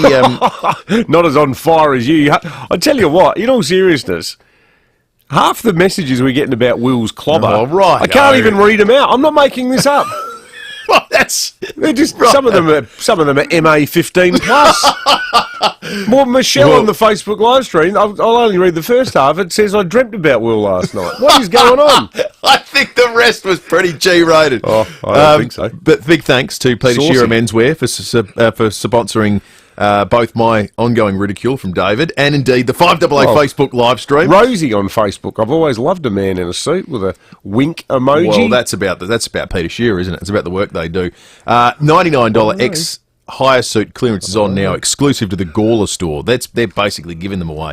That is remarkable. Peter Shearer's great. I was in there for one of my good mate Garth's wedding this last weekend. He said, got everyone to go into Peter Shearer on last Friday, as is custom whenever anyone gets married in this town or this state. On your Garth. They do a wonderful job. The old Garth LaRue, they call him. That's right. Now, as a golfer yourself, I know this story will irritate you. There was some vandalism that's going on. I've got to be careful how I word this because we don't necessarily know the people accused in this video are the ones that did it, but certainly one person thought so. The grass hacked up with at least 25 gouges taken out of it at the Playford Lakes Green. Some mugs had walked through. Well, a guy who loves the course and was playing the course believes he saw the people who did it and he confronted them, and because it's 2022, he filmed the whole thing. Think that is appropriate what you just did there? Not. Police are coming to your door. Okay. Enter their door because we've got their number plates. All right. Your clubs are falling out, mate. Your clubs are falling out. Sorry, dude. Anything else you want to say? No, mate. Why did you do that damage on the green for? I don't know. You don't know? No. Unbelievable. Are the others like that as well? Huh? Are the other greens like that? No. Wow. Now this is what happens when you got idiots, absolute idiots, that come here, and this is a $12,000 green and they've just destroyed it. So, are we 100% that this is the bloke who did it though? One of his replies suggests that it is him. Yeah. Where he says, why did you do it? And he says, I don't know. Yeah, he had that sort of... I don't know how old the person was, but you know when teenagers sort of shut down when they're being accused of something they've done wrong? I don't know. Yeah. Had that feeling to it. Yeah. He seemed sure of it. whoever did it, some people are just morons, aren't they? Well, I mean, you think about how much effort it takes to keep a course looking good, and clearly wrecking it for everybody else. Golf memberships aren't cheap.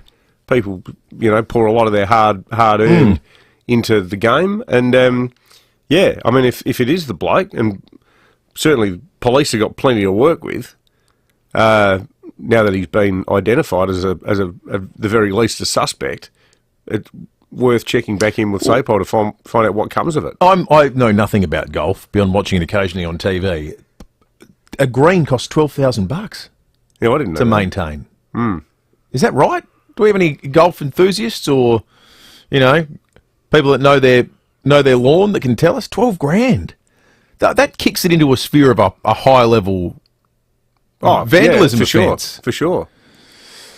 There was a development on a story that we covered extensively at the time. Do you remember the China Eastern Airlines plane that crashed in March and killed 132 people on board? It was en route from Kunming to Guangzhou, and there was really graphic images of the plane crashing, and the trajectory of the plane had some people supposing that it had to be deliberate. It couldn't be because of some sort of mechanical fault. The investigation's ongoing. The Wall Street Journal, though, has reported on this, quoting people with knowledge of what the black box recording showed. And according to the Wall Street Journal's reporting, it is that the plane was intentionally put into a nosedive. Had to be intentional. There's been no other problems or faults found with the plane whatsoever. It was someone who put in an input into the panel that made the plane behave in the way that it did to crash and claim people's lives. And the moment I read that this morning, I remember back to our chat with Neil Hansford, who was the expert we had on the time. And I think in the hours after it happened, we spoke to him, and he instantly made that assessment. So we went back and had to listen to what he had to say. Here's Neil Hansford shortly after that plane crashed. Absolute routine. The aircraft is in the cruise. It was starting on its descent down into Guangzhou, and it has just fallen straight out of the sky like a stone, which if you had a complete engine failure or something else, the trajectory to the ground in that 2 minutes would not have been straight down the way this one's come straight down. That's why there's already a lot of speculation around the world that it is possibly a pilot event, or it's been there's been an explosion, or there's been a mid-air collision, or who knows in China whether it's been brought down by a missile.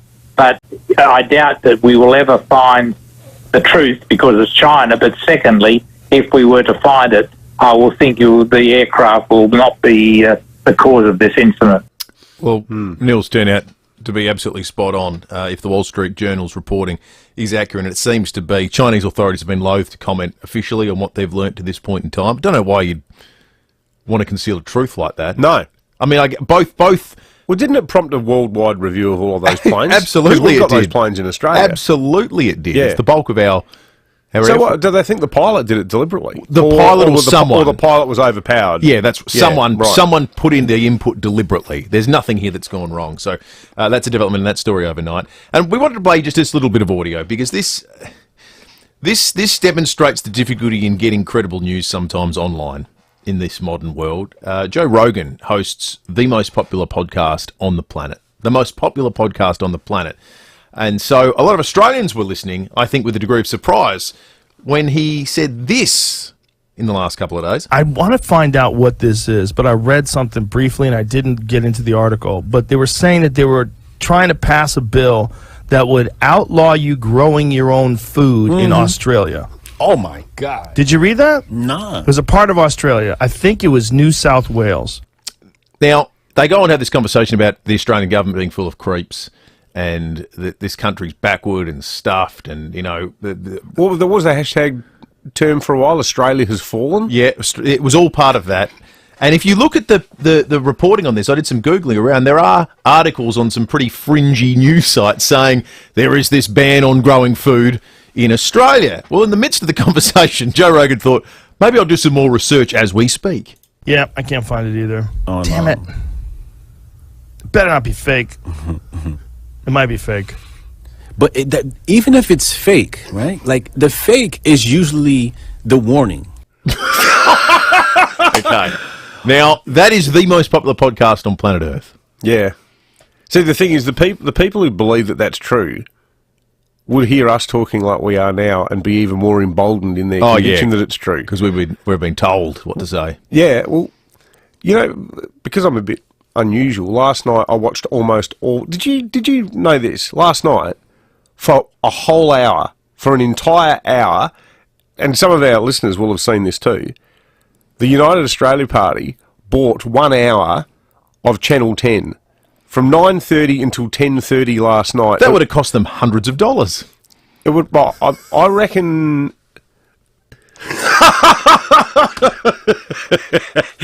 Great insider gag from the former Channel 10 employee there. I know. It would have had to have cost them at least probably $100,000. Yeah. I don't know, David. We'll try to get the head of finance at Channel 10 on the line. They'll probably be like the Pentagon. I'm not aware. We're not at liberty to disclose such information. They paid for an entire hour.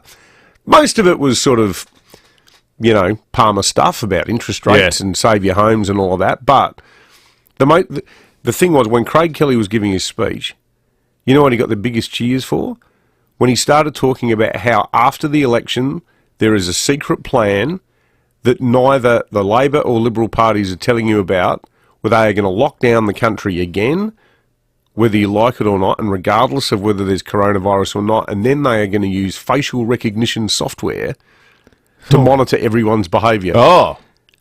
Now, that was the point at which the crowd, all of his... Wow. And it was almost exclusively white audience, and the sort of people you'd see on North Terrace. In fact, there was one there the other day holding a placard that read, Shane Warne paid the ultimate price, pinning Warney's death on the vaccination program or something. Yeah.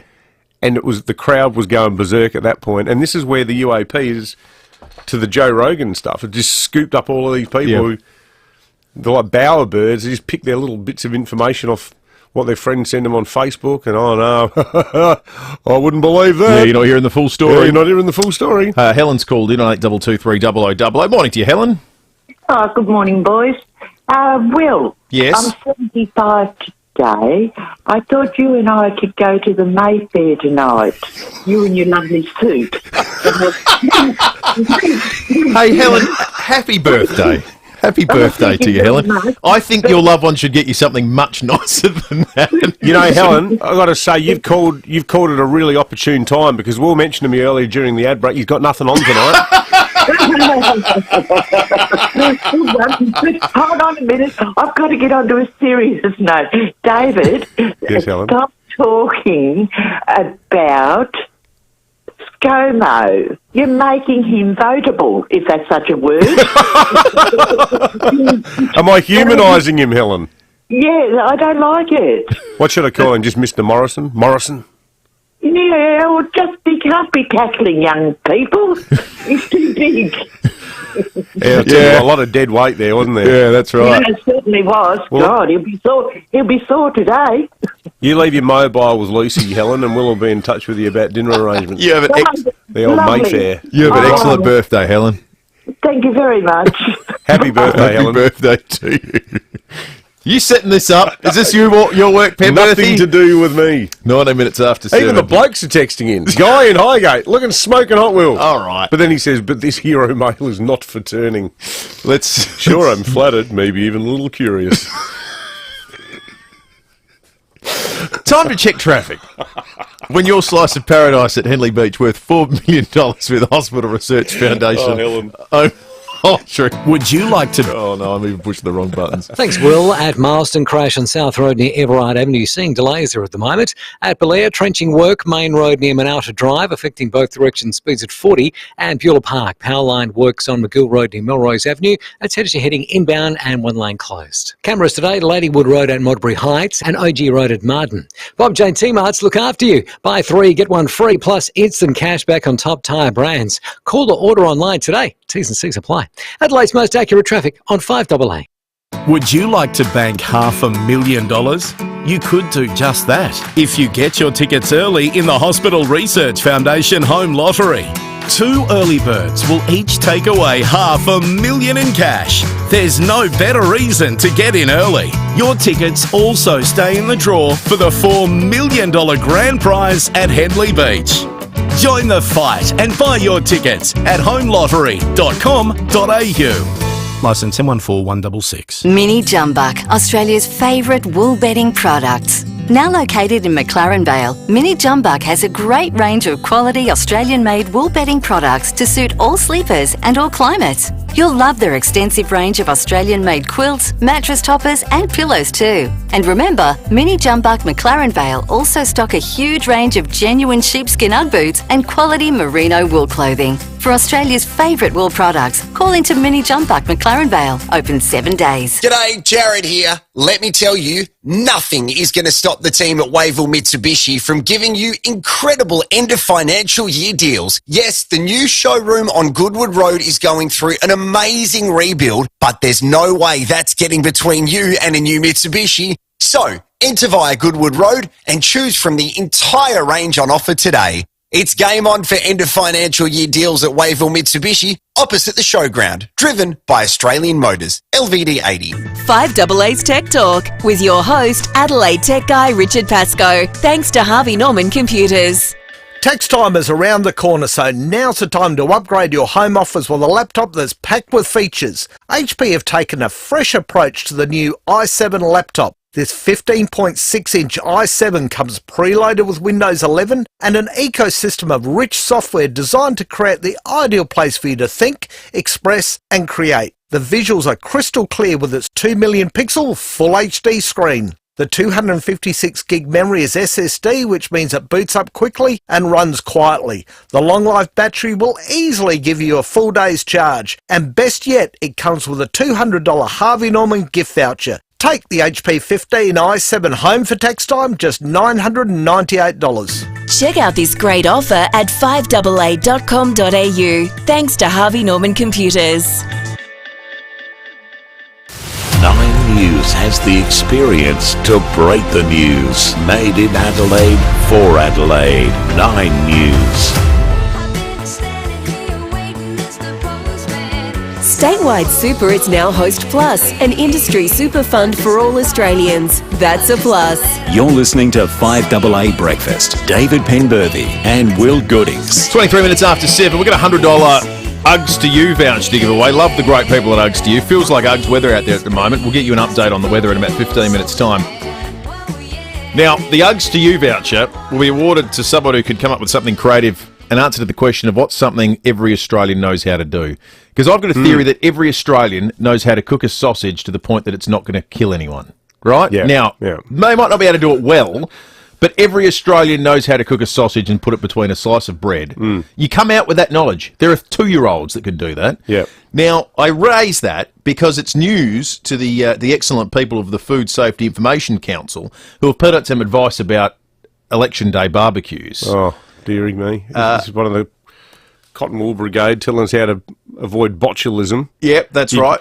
Out of an abundance of caution. They've put out some advice on washing hands after going to the bathroom. Oh, right. Keeping food covered. Well, there's a handy tip. They want everyone to use... Don't soak yourself overnight in toilet water, folks, if you're planning on doing some food preparation the following day. Apparently that's not the done thing. Yeah, right. The other one they want people to use is meat probe thermometers. And that sausages, hamburger patties and poultry should at least be 75 degrees in the thickest part before they're served.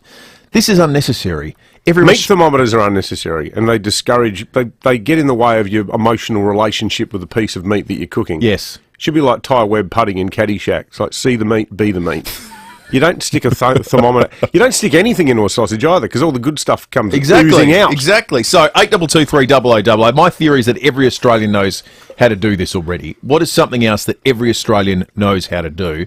8223 You can text as well on the Telstra Storm Out Barker text line, 0448 08 1395, and in the process, potentially win yourself a $100 Uggs to You voucher. I think every Australian bloke knows or should know how to open a stubby, a non-screw-top stubby of beer without a bottle opener. Yeah.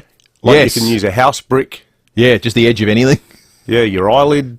I can never... I never do the... People do it with their teeth. I've seen people disturbs do it with me. teeth. Yeah. But you're I might right. have done that once and it didn't end well. Everyone needs a plan B. People can use the bottom of cigarette lighters to do it too. Have you seen that? Yes. You sort of get in like and make a little lever. Yep, I've seen that. Another bottle is often Another bottle, yeah, Another on the bottle angle. is sort of a famous use. Yep. Other things Australians. I like the old fist on the house brick, like that. Yeah, that's good. On the edge Yeah. of simple bit of paving, yeah. effective. Yep, that's good. 8223 You can text us on the Telstra Storm Out Barker text line. James in Tranmere has one. Morning to you, James. How are you? Good, thanks, James. Good. Every Australian knows how to bludge. Oh, that's true. That is true, actually. Yeah, that's a good point. Yeah, that's innate, isn't it? We get that for free. Just every so often, you just need to pull a slight Swifty. These days it's not even a Swifty. I think these days it's a mental health day, isn't it? Yeah. Euphemistically? Well, I don't know. I'm doing a column about this. All this working from home nonsense is just going on and on and on. I think the need to bludge has become redundant because you can actually factor it into your week. It's part of your day. Yeah, it is. Joe in Modbury North, what's something that every Australian knows how to do? Well, I think most Australians know how to bloody whinge. Yeah, well, mate, get it off your chest. Yeah. You can whinge about it now on air if you want. That'd be irony. We're good at it. We are good at it, Joe. It's a good one. Yep. Have a complaint. Have a whinge. 8223 Angela says every Aussie knows how to wear a thong, the foot kind. Well, that's right. Yes. Every Australian knows that a thong refers to the foot kind. And I think also, too, every Australian knows that you can wear thongs when you're, doing work involving heavy machinery. Do jobs around the house in the old Chinese safety boot. Absolutely. I'm guessing this might have been a long-suffering Brit that's texted this in. All Australians know how to use humility when the ashes roll around. I don't think we can take that as a valid entry. Yeah, well, the best example of that was old Warney dancing with a cricket stump. Yeah, I don't think we can accept that one. We'll get to some more of your entries shortly. We've got a $100 Uggs to You voucher to give away and tell us something that every Australian knows how to do. Let's talk sport. Book your service online at North Point Toyota to win the cost back. It is the North Point way. Rowie last night on the program responded to what John Kernahan from the Amateur Football League said to us on the program yesterday about his style of commentary not helping out this question about umpire abuse. On a Monday morning, after the emotion of the game and the poor decision is over, Kerners, you are correct. You are 100% spot on. We need to do better. There's no question. And do I? Absolutely. My commentary on air from Monday to Friday around umpires could be better. And I do acknowledge the rules are hard to interpret, and we vent all our anger at the umpire when we should be venting it at the AFL, and I do from Monday to Friday, but not in the game. This great game, in the heat of the battle, when that umpire has a howler, it's an explosion of emotion. For 100 years, we've screamed at umps in frustration, in anger, in emotion, and probably 40 times a day. We jeer them on, we jeer them off. Now, is that right or is that wrong? No, it's part of the fabric of the game, the emotion of the game. And I, for one, will never stop that. I don't swear when I call it. I don't threaten. I'm not aggressive. It's frustration. And Leaf, it's a release. Some people, it's therapy. I actually think Rowie is right. Yeah, so do I. And I thought, Canada's admitted too, this isn't an AFL problem. Yeah, it's a sport issue worldwide in every code, pretty much. Look at tennis. You got umpires sitting in chairs, having their chairs bashed with rackets by these pampered idiots playing that game. So, it's not just footy. But Rowie, if you do take the emotion and the passion out of it, that's why I love listening to you guys doing the call. Better that than hearing James Brayshaw or some Victorian-based person who can't even pronounce, you hear people talking about Wayne Malera. Yeah.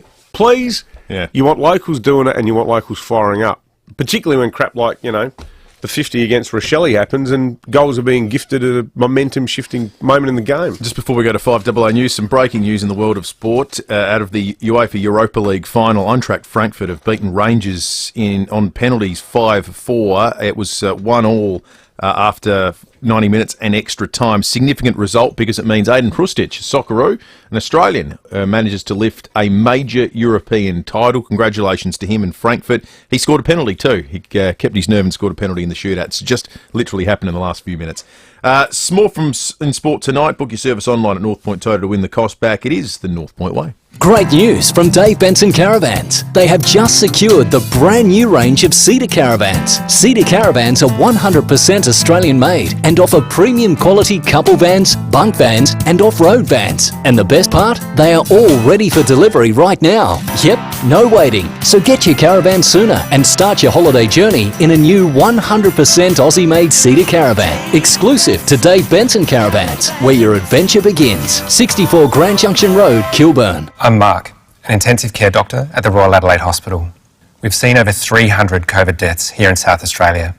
I see the people behind these statistics, and most hadn't had their third COVID shot.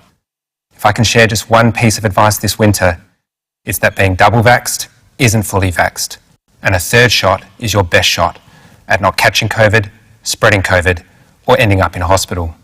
Book your third COVID shot now. A message from the Government of South Australia. Every day, they tell you their news is local. And every day, they bring you news made in Sydney. Watch the news you can trust. Adelaide's 7 News, made right here, mornings, afternoons, and 6 p.m. every night.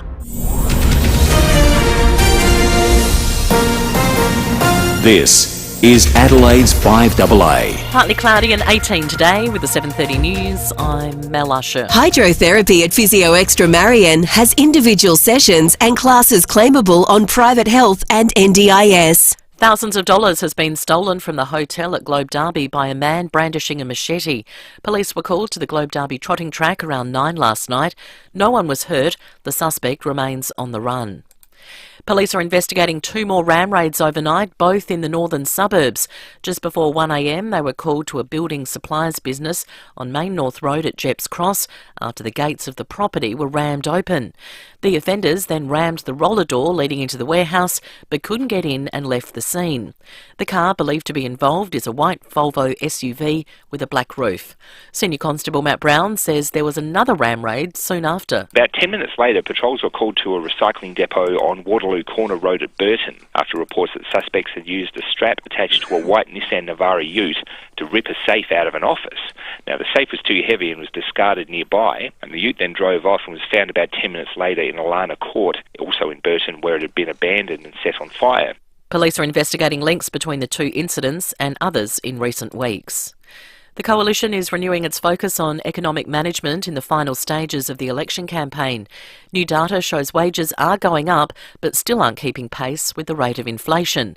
Finance Minister Simon Birmingham says his government will focus on wage growth if it's re-elected. We want to make sure that wages grow as strongly as possible, but we want to make sure it happens in a way where jobs keep growing. There's no point seeing wages growth if unemployment's rising. We want to make sure it's done in a way where you don't have huge further spikes in inflation. The class of 2021 will be in the spotlight at Government House today and tomorrow. The annual SACE Merit Ceremony is happening, recognising the academic success of just over 1,000 students who have collectively achieved 1,282 subject merits. Both the Premier and the Governor will be putting out the awards. The rate at which Australia's tropical trees are dying has doubled since the 1980s, raising concerns for the future of our rainforests. A long-term international study has found the main reason is the increased drying power of the atmosphere. James Cook University Professor Susan Lawrence says it's bad news for our rainforests. If this pattern seems to hold out and continue over the next 2 decades, I would definitely see that we would see some of those areas switching back towards some kind of more eucalypt-dominated forest. A Hollywood landmark is celebrating its 95th birthday. Grauman's Chinese Theatre on Hollywood Boulevard has operated continuously as a first-run cinema since its opening in 1927. Now turning to 5AA Sport. Gliderol Garage Doors new Platinum and Native Series sectional doors are here. Gliderol.com.au. And with all things footy, here's Tom Wren. Yes, thank you, Mel. Let's begin there. Adelaide forward Riley Thilthorpe looks set to return to the senior side for the first time since round 1. Teammate Brodie Smith telling Rowie he's been training strongly as he pushes for a recall. Yeah, he's an absolute workhorse and he probably works too hard. He gets himself a bit sore at times, but he's up and about and ready to go, so put his hand up for selection. Meantime, AFLW players are expected to receive a massive pay rise for next season as part of a new deal. The Age is reporting they will double their pay in a 1-year deal which could be announced this afternoon. Under the reported deal, top-tier women's players to receive $71,000 for a 10-game season. To soccer, and Adelaide United has played out a scoreless draw in the opening leg of their semi-final tie against Melbourne City. It will now come down to Sunday's return leg in Melbourne. Meantime, in overseas action, heartbreak for Scottish side Rangers after they went down in penalties in the Europa League final to Eintracht Frankfurt. Former pop singer Cody Simpson has won a place on Australia's swimming team for this year's World Championships and Commonwealth Games. Simpson finished third in the 100 metres butterfly at the National Championships in Adelaide, and he says all the hard work is paying off. I, obviously lived and breathed the sport growing up. Took a hiatus for the better part of 10 years and came back with just a fire that I couldn't put out and still can't put out. And a stunning second-half effort from Miami Heat star Jimmy Butler has helped his side win the opening game of its Eastern Conference Final Series against Boston. Shot clock winding down. Butler has to put it up. Oh, he knocks it down! A two-pointer as the shot clock expires. Audio thanks to ESPN, Butler finishing with 41 points in the 118 to 107 point win. And that's the 5AA Sport. Now checking 5AA traffic. Win your slice of paradise at Henley Beach, worth $4 million with the Hospital Research Foundation Home Lottery. At Belair, look out for delays with trenching works at the moment. Main Road near Manouta Drive, speeds are currently reduced there. At Beulah Park, Powerline works McGill Road near Melrose Avenue. That's as you're heading inbound, one lane closed. At Tatachilla, works causing delays both directions on Main South Road near Malpas Road. Gets pretty busy throughout the morning. Cameras today, Gage Street, Firl and Ladywood Road at Modbury Heights. A little bit of help brought to you by NRMA Insurance, who have been helping Australians for over 95 years and are now proud to be here in South Australia. Adelaide's most accurate traffic on 5AA. Now the 5AA forecast. Need a new mattress? Save big dollars and buy direct from the manufacturer. Elite Bedding, South Road, Edwardstown. Partly cloudy, 18 today, partly cloudy tomorrow, 18, then mostly sunny on Saturday and up to 20 degrees. Right now it is 7. More news as it happens on 5AA. G'day, what you looking at? Shh. Be quiet. Oh, what you looking at? Oh, well, isn't it obvious? It's remarkable. The detail and finish of Michelangelo with the raw beauty of Monet. I've never seen anything like it. I have. I've got one at home. Driving it every day. What? What do you mean? That's ridiculous. It's an exposed aggregate driveway. Beautiful. Right, who's the artist? Adelaide Exposed Concrete. Best on ground all year round. There's no blueprints to your new custom-built Beechwood home. Well, not yet anyway. But together with Beechwood, it won't take long to turn your ideas into sketches, then drawings, and finally a home you can live a beautiful life in. That's the really exciting thing about building with Beechwood Homes. They'll build the home you want. So collect your thoughts, your ideas, your Pinterest boards, whatever, and let's talk. Because life's good. It's even better in a Beechwood home. Feeling the burn? Save cash with Cheapest Chips Hot Buys. Cheapest Chips. Fab 2-litre laundry liquid, a hot buy at $7.99 each. 32-pack solvent toilet paper, a sizzling $17.99 each. 1 kilo party bag assorted confectionery, scorching at $6.99 each. And Nescafe 210-gram coffee, blazing $5.99 each. Check out this week's catalogue for more hot buys in store and online. Save cash and live cheaper with Cheapest Chips Hot Buys now.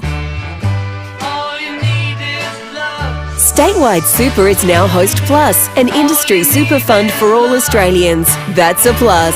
You're listening to 5AA Breakfast. David Penberthy and Will Goodings.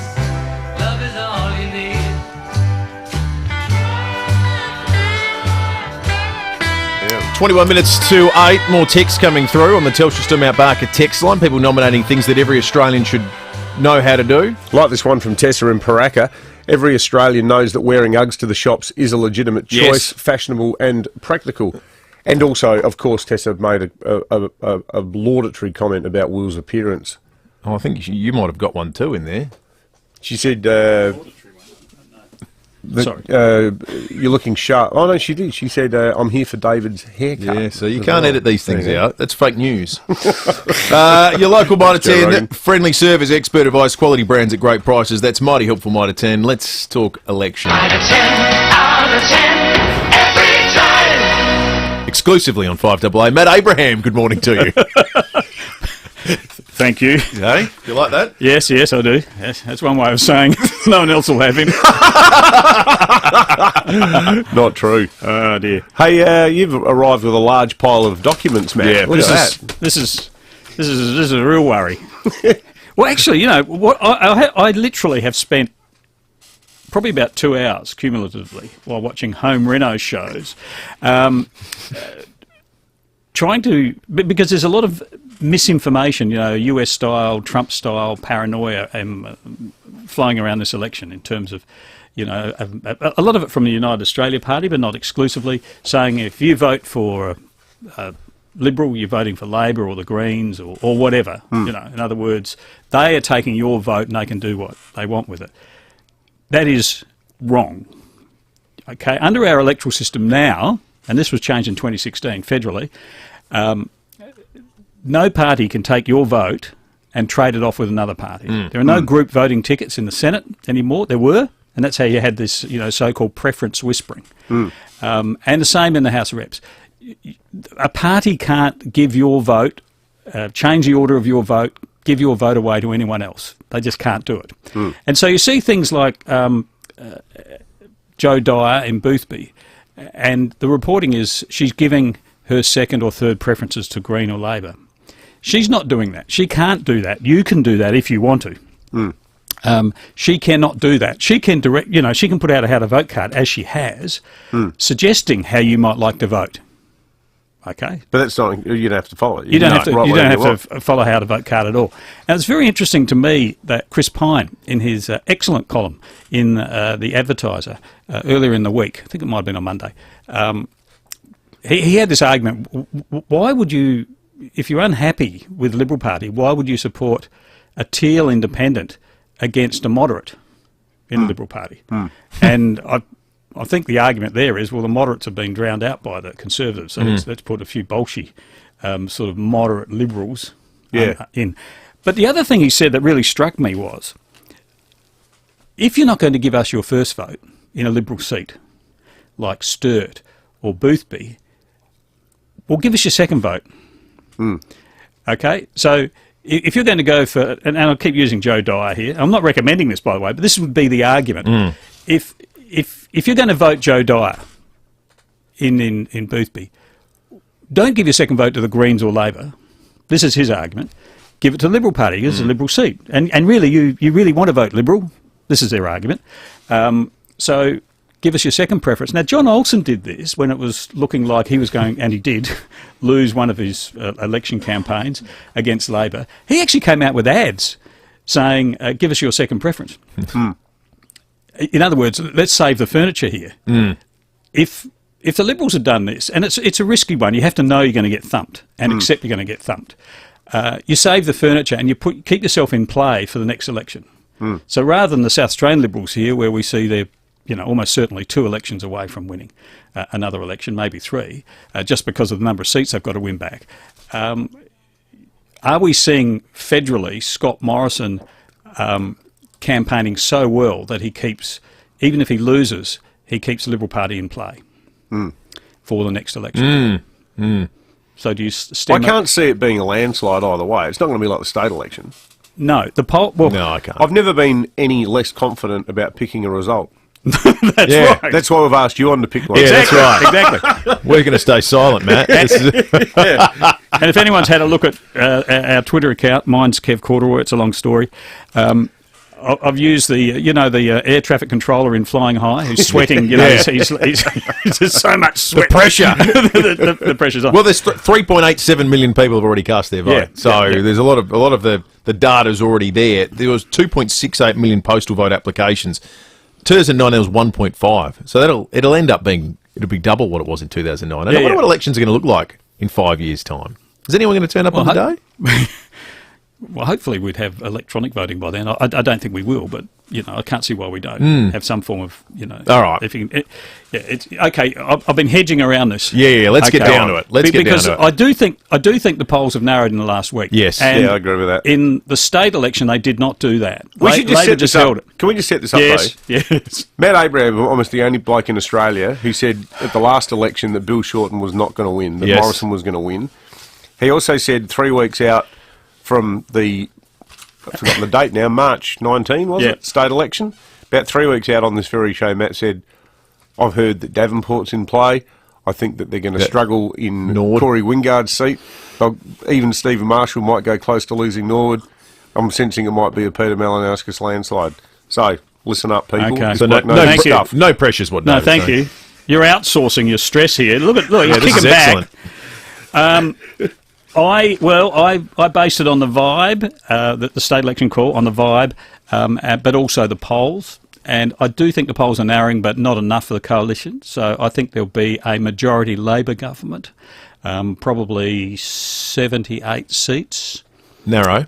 Yeah, a narrow. 78 seats. 76 being 76 the absolute majority target. That's what they need from an absolute majority. So 78. Very interesting that in the final 2 days of the campaign, Anthony Albanese is doing sort of this barnstorming, as they say, 20 marginal seats.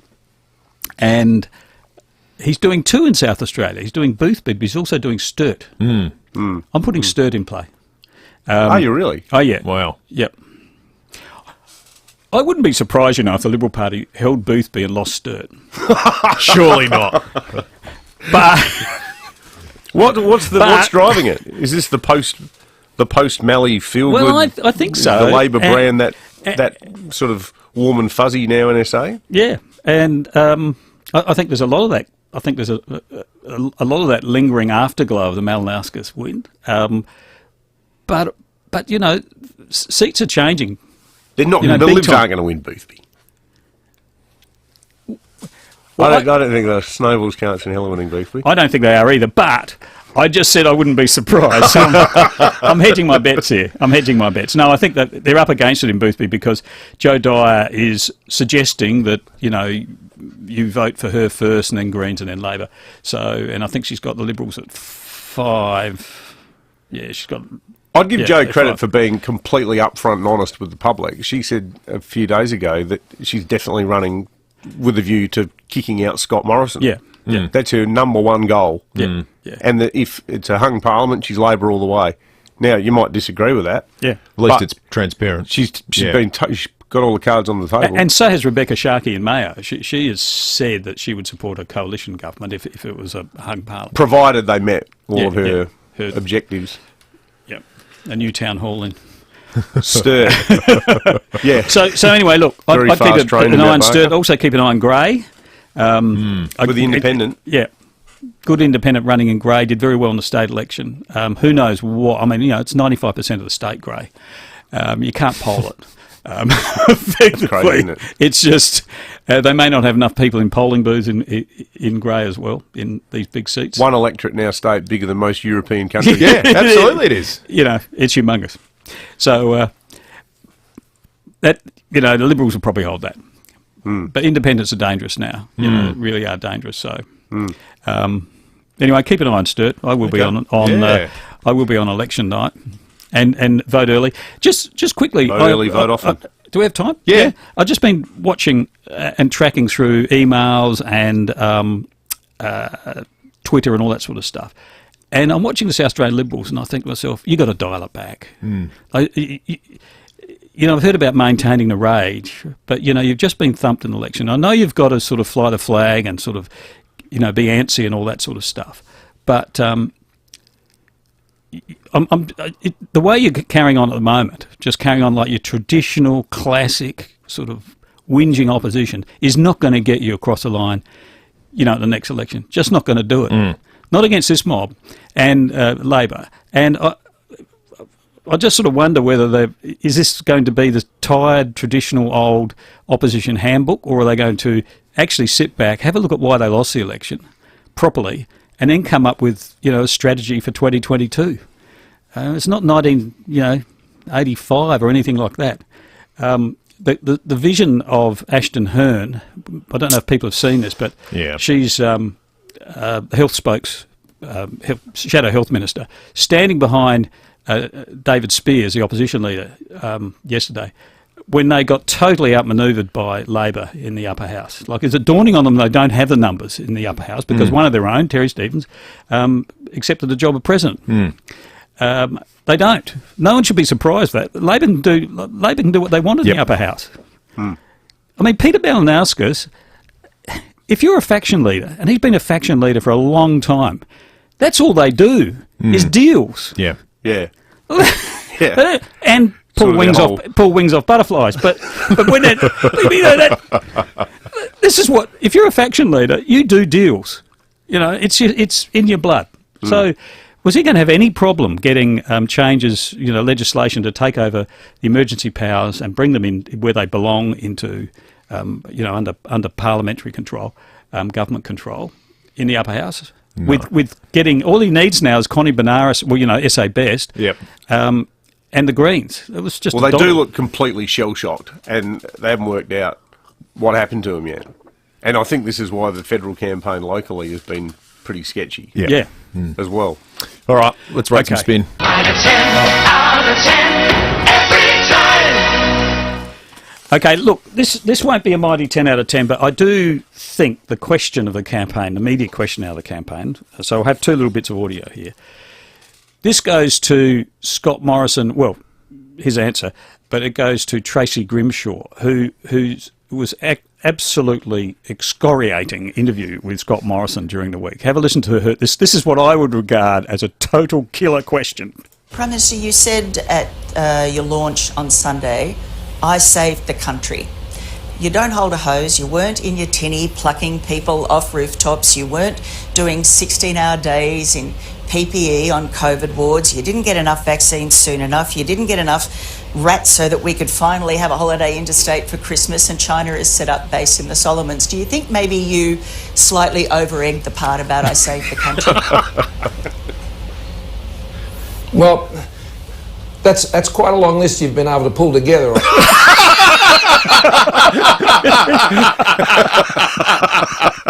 Yep. Well played, Tracy. That's remarkable. Beautifully delivered question. It was just you're just waiting, for it. She is terrific, actually. Tracy, she's good. She's very good. But this is for mighty 10 out of 10. Election, you'll have a choice between freedom and communism. There are no other choices. So I pray that everyone out there, their eyes will be open to see that we still have one last chance to choose freedom. Because after this election, if we don't have a change, we might all end up in the gulag. I would just say they're lazy people that have no right to complain about anything. If you don't want to put your hand up and vote and make a choice to change something, then you have no right to complain. That's exactly so when we have forced labour camps here in Australia, and if that's where they end up, they have no right to complain. Wow. No. If you end up in a forced labour camp or a gulag, that's your fault. Don't say you weren't warned. You've got that's Suzanne Waters, United Australia Party candidate in grey. There you go. Spin. I'm giving 10.5. Yeah. One of the great pieces of spin ever. Scale. Yeah, it is off the scale. You watch out for that gulag. Good on you, Matt. She's the Alexander Solzhenitsyn of Port Pirie, right. isn't she? We'll see you in a salt mine next week. Matt Abraham, your local Mitre 10, friendly service, expert advice, quality brands at great prices. That's mighty helpful, Mitre 10. Time to check traffic when your slice of paradise at Henley Beach worth $4 million with the Hospital Research Foundation Home Lottery. At Albert Park, traffic lights playing up on West Lakes Boulevard near Clark Terrace. Marston, residual delays from earlier crash on South Road near Everard Avenue. At Blair, trenching work, Main Road near Manalta Drive, affecting both directions, speeds at 40, and we're slow going at the moment, Dawes Road at South Road. Cameras to look out for today, Gage Street, Firle and Barnes Road, Glint. Want free delivery? Shop amazon.com.au. That's right, eligible orders over $39 receive free delivery at amazon.com.au. Easy as. Adelaide's most accurate traffic on 5AA. Construction of 88 O'Connell has commenced. This is truly one of the most impressive developments in Adelaide for a very long time. 88 O'Connell will encapsulate connected living, community and style with boutiques, retail and culinary experiences on your doorstep. 2 and 3 bedroom apartments are still available from $1.1 million.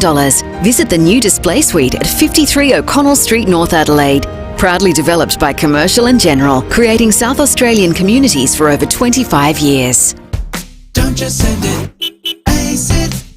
I'm with Chris from ASIC Couriers, an SA family business, doing great things for your business. Thanks, Rowie. Our drivers all undergo intensive training and the ASIC compliance team regularly audit our fleet.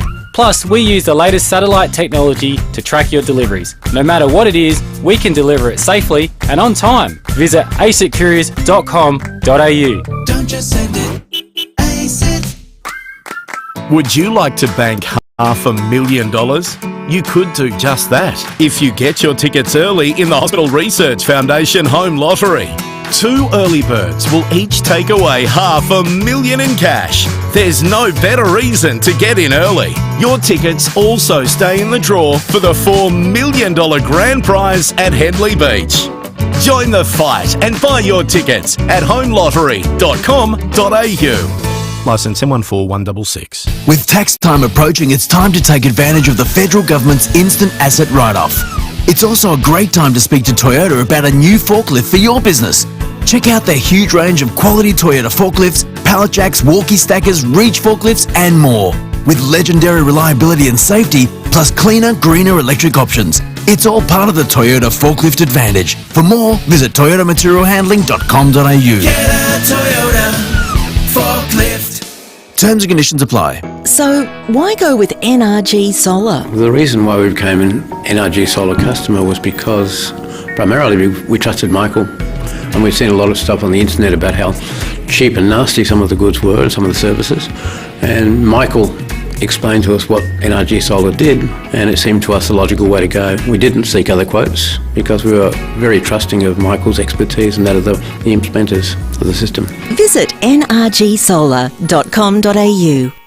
5AA Breakfast is streaming live right now. To watch, simply head online to 5AA Facebook or search 5AA on YouTube. Statewide Super is now Host Plus, an industry super fund for all Australians. That's a plus. You're listening to 5AA Breakfast. David Penberthy and Will Goodings. 2 minutes to 8. It's time for John Blake. Thanks to Aussie Fast Transport Solutions, Interstate Freight Distribution, Warehousing and Local Adelaide Couriers. Call Aussie Fast 13 13 64.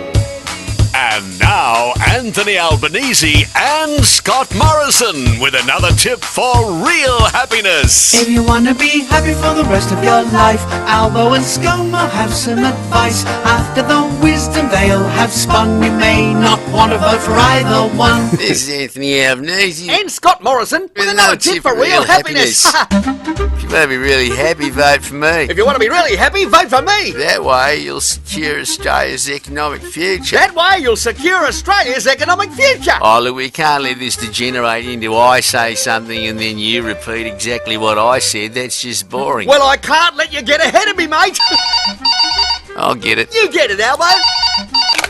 Hello? This is John Howard, former Prime Minister of Australia, urging you to vote Liberal. It's for you, ScoMo. Oh, thanks. Hello? Your choice at this election is important because there's a lot at stake. I think you've got the wrong number. Some old bloke stating the bleeding obvious.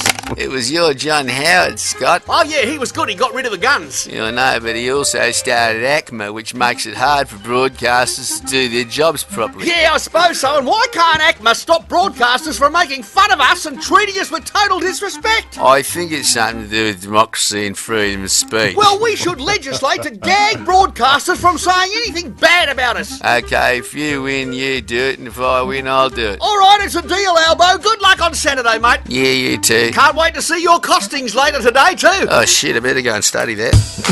Yeah, a lot of numbers to remember. That's all right. Someone wrote them down for me. If you want to be happy for the rest of your life, Albo and ScoMo has some advice. Now that you've heard what they both got, you've got to vote for Albo or More from John Blake coming up after 8:30 when we go behind closed doors. Tom Duday not too far away on 5AA Breakfast. And we've got a heap more, including a $100 Uggs to You voucher to give away. Got some more entries to read out. We'll do that after the 8 o'clock news. I don't really like talking on radio, but I do like talking about our cows at the FIVEaa Milk Company. And I love helping support SA dairy farmers. They're a great bunch with beautiful families. They work day and night to produce the best milk in SA. So when you're in the supermarket, look for FIVEaa Milk Company. South Australian and proud of it. I'm getting good at this. Fluorio Milk Company, celebrating 15 years of SA business. FluorioMilkCo.com.au. Hey, it's Callum here. It's not by chance that Edwardstown Mazda is located bang on South Road. They wanted to make it easy to get your car serviced. Any make or model. Make a pit stop at Edwardstown Mazda. It's gotta be EdwardstownMazda.com.au. 9 News has the experience to break the news. Made in Adelaide for Adelaide. 9 News. Online, on DAB Digital Radio and on 1395 AM. Talking Adelaide. This is Adelaide's 5AA. Partly cloudy, 18 today with the 8 o'clock news. I'm Mel Usher. Woken with a stiff neck or sore back? Get a Physio Extra appointment today. 6 locations, physioextra.com. There have been 2 more ram raids overnight. The first was at a building supplies business on Main North Road at Jepps Cross. The offenders left empty-handed after an alarm and sensor lights were activated. About 10 minutes later, a recycling depot on Waterloo Corner Road at Burton was broken into and a safe stolen. A white Nissan Navara ute was used to pull it out of an office, but the safe was too heavy and was discarded nearby. Senior Constable Matt Brown says the ute was later found burnt out in Alana Court. The ute had been stolen from a Broadview business on Tuesday the 17th of May and may have been involved in the Felixstowe break-in yesterday. Police are investigating links between these incidents and other break-ins that have occurred this week where vehicles have been used to gain entry to businesses. A machete has been used in a hold-up in Adelaide's north. Kendall Brettig reports. Police were called to the Globe Derby trotting track at Globe Derby Park around 9 last night after a man robbed the hotel and fled with thousands of dollars in cash. The offender's face was covered and he was brandishing a machete. Staff members were shaken but not hurt. A ground and air search was launched for the suspect, but no arrests have been made at this stage. Northern District CIB detectives and crime scene investigators attended and have examined the scene. The 8-year-old boy bowled over by the Prime Minister in Tasmania yesterday believes Scott Morrison's tackle wasn't deliberate, but it should have been a penalty. It happened during a media opportunity at a soccer pitch in Devonport and has made headlines nationally and internationally. Luca Fovett telling Today he wasn't injured in the clash. And I think someone tries to pass it to me or Mr. Morrison, and what happened, he tripped and he was trying not to fall on top of me, so he tried to fall underneath me. And what did he say afterwards? Were you hurt? He said that I was a good sport. Anthony Albanese will attempt to sway undecided voters in key seats across 5 states as Saturday looms. Michael Packy is on the road with the Labor leader. Anthony Albanese will start his sweep of 20 marginal Liberal and Labor seats in parts of Sydney before moving across to Brisbane. By Friday, he'll also travel to South Australia, Victoria and Tasmania. The so-called final sprint comes as latest opinion polls show support for Labor is dropping and the Morrison government regaining ground. Mr Albanese will be back in his Sydney seat of Grayndler to vote on Saturday morning. The Labor leader says he'll have an ambitious 100-day plan if he's successful on election night. The class of 2021 will be honoured at Government House over the next 2 days with the annual SACE Merit Ceremony. The in-person event was reinstated by the new state government after a controversial move to stage it online. Just over 1,000 students who've achieved a total of 1,282 subject merits will be recognised. Thousands of South Aussies will raise their cups today in celebration of 29 years of Australia's biggest morning tea. The day raises money for cancer research and prevention. The Cancer Council's Natasha Bowe says they're hoping to get almost $12 million nationally. We know that one Australian is diagnosed with cancer approximately every 4 minutes, which is the length of an average tea break, which is why we kind of really encourage people to get together and host that biggest morning tea and I guess kind of take a minute to think about the number of people diagnosed. Now turning to 5AA Sport. Gliderall Garage Doors, adding strength, safety and style to South Australian homes for over 40 years. Gliderall.com.au. It's all happening in the A-League, Tom Wren. Yeah, it certainly is, Mel. And Adelaide United's players, they'll recover this morning following last night's 0-0 draw against Melbourne City. That was in the first leg of their semi-final tie at Coopers Stadium. The Reds will now prepare for Sunday's return leg, which will be played in Melbourne. Still on soccer, and German side on Eintracht Frankfurt are Europa League champions after beating Scottish side Rangers in a tense penalty shootout. Rangers looked set to claim the title when they had a 1-0 lead, but Frankfurt equalised, forcing it to extra time and then penalties, where they took it out 5-4. The Colombian with a chance to win it, if he tucks this penalty away. And he does! The Europa League trophy is on its way to Germany in the hands of Eintracht Frankfurt. Let's go to football. The Crows and Port Adelaide will announce their sides tonight ahead of their round 10 matches on Saturday. Meantime, Richmond great Matthew Richardson has questioned claims Dustin Martin wants to move to Sydney. Richardson says he expects Martin to eventually finish his illustrious career with the Tigers. Playing in Sydney to get out of the fishbowl of Melbourne, I'm not sure there's any real meat and potatoes about that rumour. I'm not sure Dustin would have even confided in anyone if he was thinking that. I think it's grown legs. Briefly elsewhere, Craig Bellamy will coach the Melbourne Storm again in 2023. He's now locked in to coach his 21st season in the NRL. Shona Jack and Cody Simpson have both made the Australian swim team for the World Championships and Commonwealth Games after impressive efforts at the National Championships here in Adelaide overnight.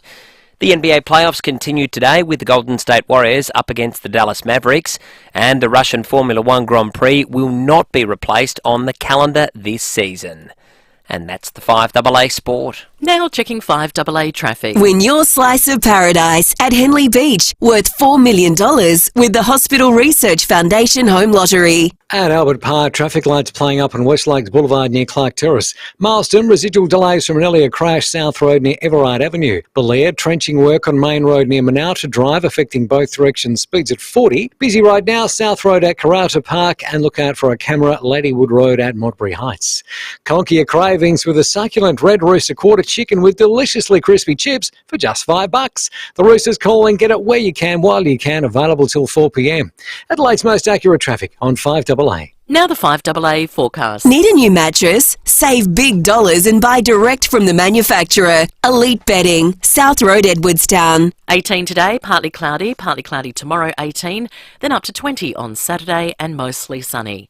Right now it's 9 degrees. More news as it happens on 5AA. Hello, I'm Lynn Andrews. For over 50 years we have specialised in commercial and residential property management. But above all, we specialise in people, helping to make life easy for property investors and the tenants of their properties. Everyone is treated with integrity and respect. That's the Lynn Andrews way. For commercial and residential property management, we are here to help. Visit lynnandrews.com.au. Now, you all know that I love my local Mitre 10. I am heading there this weekend to buy some mortar. It's the place I go for all my hardware and garden gear, whether it's something indoors that needs fixing or something out in the garden. They've got everything you need, and the staff are just fantastic. They'll happily give you advice on the best products to help you get all of those jobs done. So if you're planning some home improvements, maybe you've got some fix-it jobs to do, or you just want to spruce things up around the home or in the garden, head into your local mighty helpful Mitre 10. You can shop in-store or use their click and collect option to order online, and most stores have a delivery option as well. For great prices on the right products for the job, along with helpful advice, always choose Mighty Helpful Mitre 10. Quality brands at great prices. Statewide Super is now Host Plus, an industry super fund for all Australians. That's a plus. You're listening to 5AA Breakfast. David Penberthy and Will Goodings. 9 after 8. The health and safety narcs have come for the election day barbecue and suggested there's protocols. I mean, they've made some outrageous claims, like suggesting you should wash your hands after you've been to the toilet. Oh, really? Yeah, I know. Groundbreaking stuff. But the other thing they've done is suggest that every single sausage sold on the day, or given away on the day, needs to have a thermometer pricked into it, and it needs to be at 75 degrees. Anyway, we made the point earlier that cooking a sausage in this country is something that you're born with. You don't even need to be taught. You can put a toddler, give them a pair of tongs, turn the barbecue on, come back a few minutes later, it'll be a cooked sausage there. There's no problem. We just know how to do it. For this, for the $100 Oaks to You voucher this morning, we've been asking you, what is something all Australians know how to do? Something that every Australian knows how to do.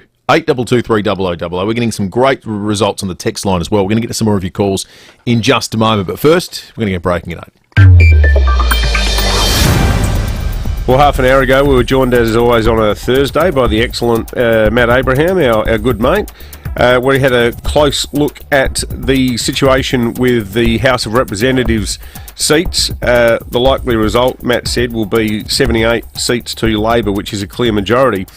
I spent a bit of work yesterday looking at the situation with the Senate here in South Australia. Now, I think that Nick Xenophon is cooked. I think that as much as we enjoy Nick's company and think he's a knockabout bloke and a bit of a breath of fresh air in politics, his late entry into the campaign and also the hits that he's taken over the work that he did for the Chinese telco giant Huawei, those two things are going to see him fall short of getting the quota that's required.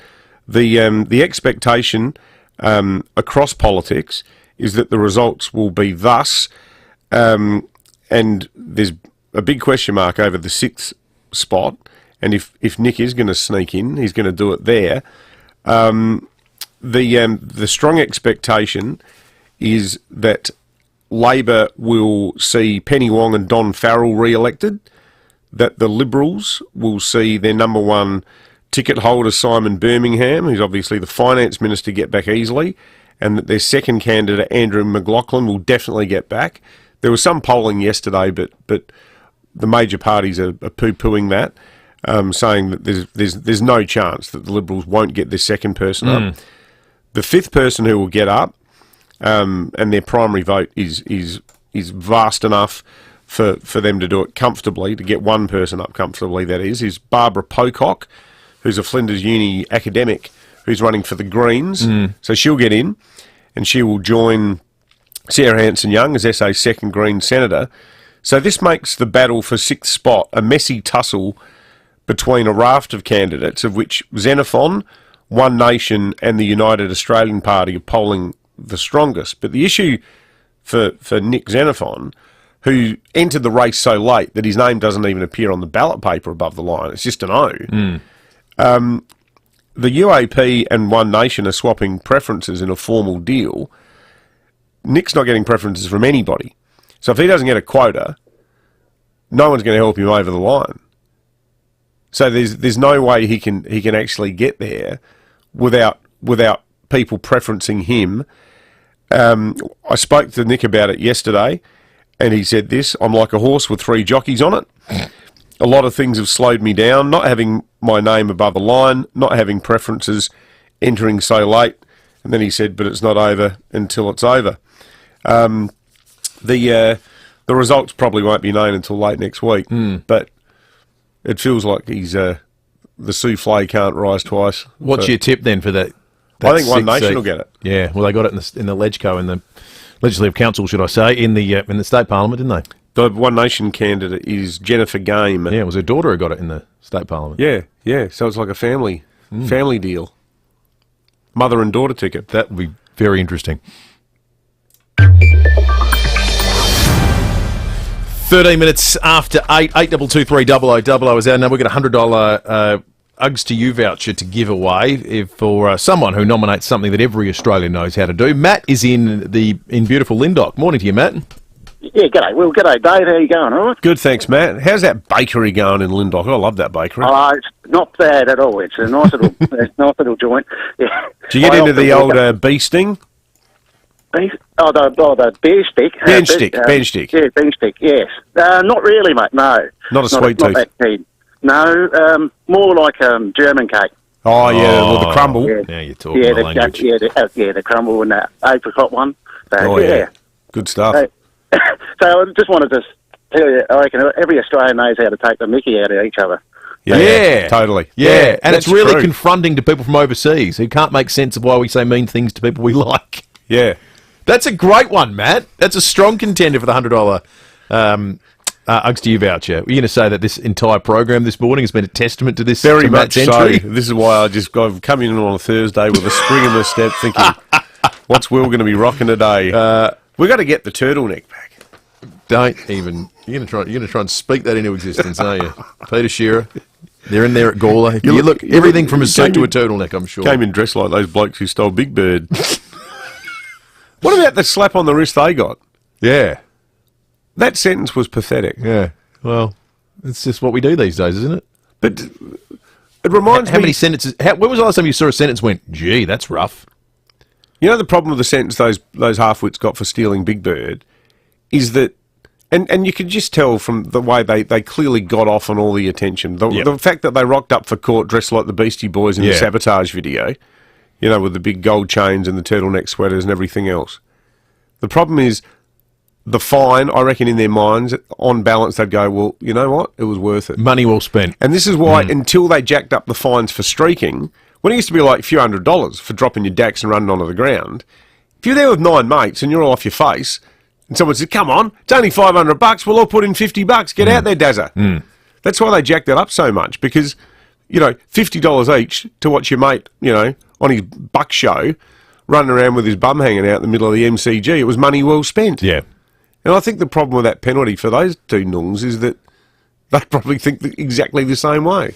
We'll get us more of your entries in just a moment for the $100 Uggs to You voucher. Going to check traffic, and Tom Duday in the studio in just a moment. Win your slice of paradise at Henley Beach, worth $4 million with the Hospital Research Foundation Home Lottery. And Linden Park got a smash on Torrens Road at Portrush Road.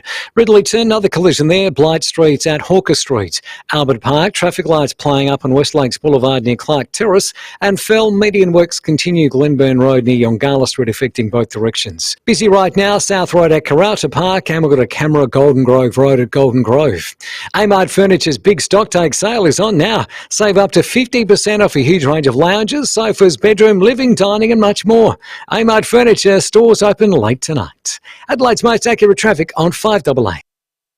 Roey's Sports Show. B. Smith, I missed you coming in. Where are you? Roey, I've just walked out of the gym. The music's just stopped us in time, so ready to go. Hey, Brody, who chooses the music? Because Roey's got a couple of suggestions. He reckons a bit of Neil Diamond when you're throwing the tin around down at the gym. What do you reckon? 4 p.m. weekdays. What's your sort of genre? Oh, I could listen to anything. I could listen to anything from Drake to Justin Bieber, so I'm happy. Who? You probably don't know either of them, Roey. Bieber? Roey's Sports Show on 5AA. How do you know if the milk you're buying is local? Easy. Just look for 3 words. Flurio Milk Company. If the bottle you pick up has those 3 words on it, Flurio Milk Company, it's guaranteed to be local. It's guaranteed to be fresh too. And the big plus, you're supporting SA dairy farmers, and for that, we're forever grateful. 3 words. Flurio Milk Company. South Australian and proud of it. It's not often you get to go behind the scenes of one of Adelaide's top home builders. Well, at Beechwood Homes, you can. The stunning Beechwood display home at Blackwood Park has been sold, but that doesn't mean you miss out. Call Steve from Beechwood and he'll take you behind the scenes of other Beechwood masterpieces currently under construction. You'll get an incredible insight into what makes Beechwood Homes an SA favourite. Life's good. It's even better in a Beechwood home. Google Beechwood Adelaide. Would you like to bank $500,000? You could do just that if you get your tickets early in the Hospital Research Foundation Home Lottery. 2 early birds will each take away $500,000 in cash. There's no better reason to get in early. Your tickets also stay in the draw for the $4 million grand prize at Henley Beach. Join the fight and buy your tickets at homelottery.com.au. Licence M141166. Can you believe it? It's the end of financial year already. Hi, it's Callum here for Edwardstown Mazda. And if you're thinking about a new Mazda, now is the time to jump in. See the team at Edwardstown Mazda today for unbeatable end of financial year deals. LMVD 207428. 5AA's Tech Talk with your host, Adelaide Tech Guy Richard Pascoe. Thanks to Harvey Norman Computers. Tax time is around the corner, so now's the time to upgrade your home office with a laptop that's packed with features. HP have taken a fresh approach to the new 16-inch HP Victus. It's thin, light and powerful with a processor and graphics card ready to deliver high-definition gaming and immersive visuals. Not a gamer? The HP Victus specs are also perfect for graphic design and video editing. It has a long battery life and it charges fast too. Power down the device and go from 0 to 50% in around half an hour. And best yet, it comes with a $100 Harvey Norman gift voucher. Take the HP 16-inch Victus home for tax time, just $998. Check out this great offer at FIVEaa.com.au. Thanks to Harvey Norman Computers. 9 News has the experience to break the news. Made in Adelaide, for Adelaide. 9 News. Statewide Super is now Host Plus, an industry super fund for all Australians. That's a plus. You're listening to 5AA Breakfast. David Penberthy and Will Goodings.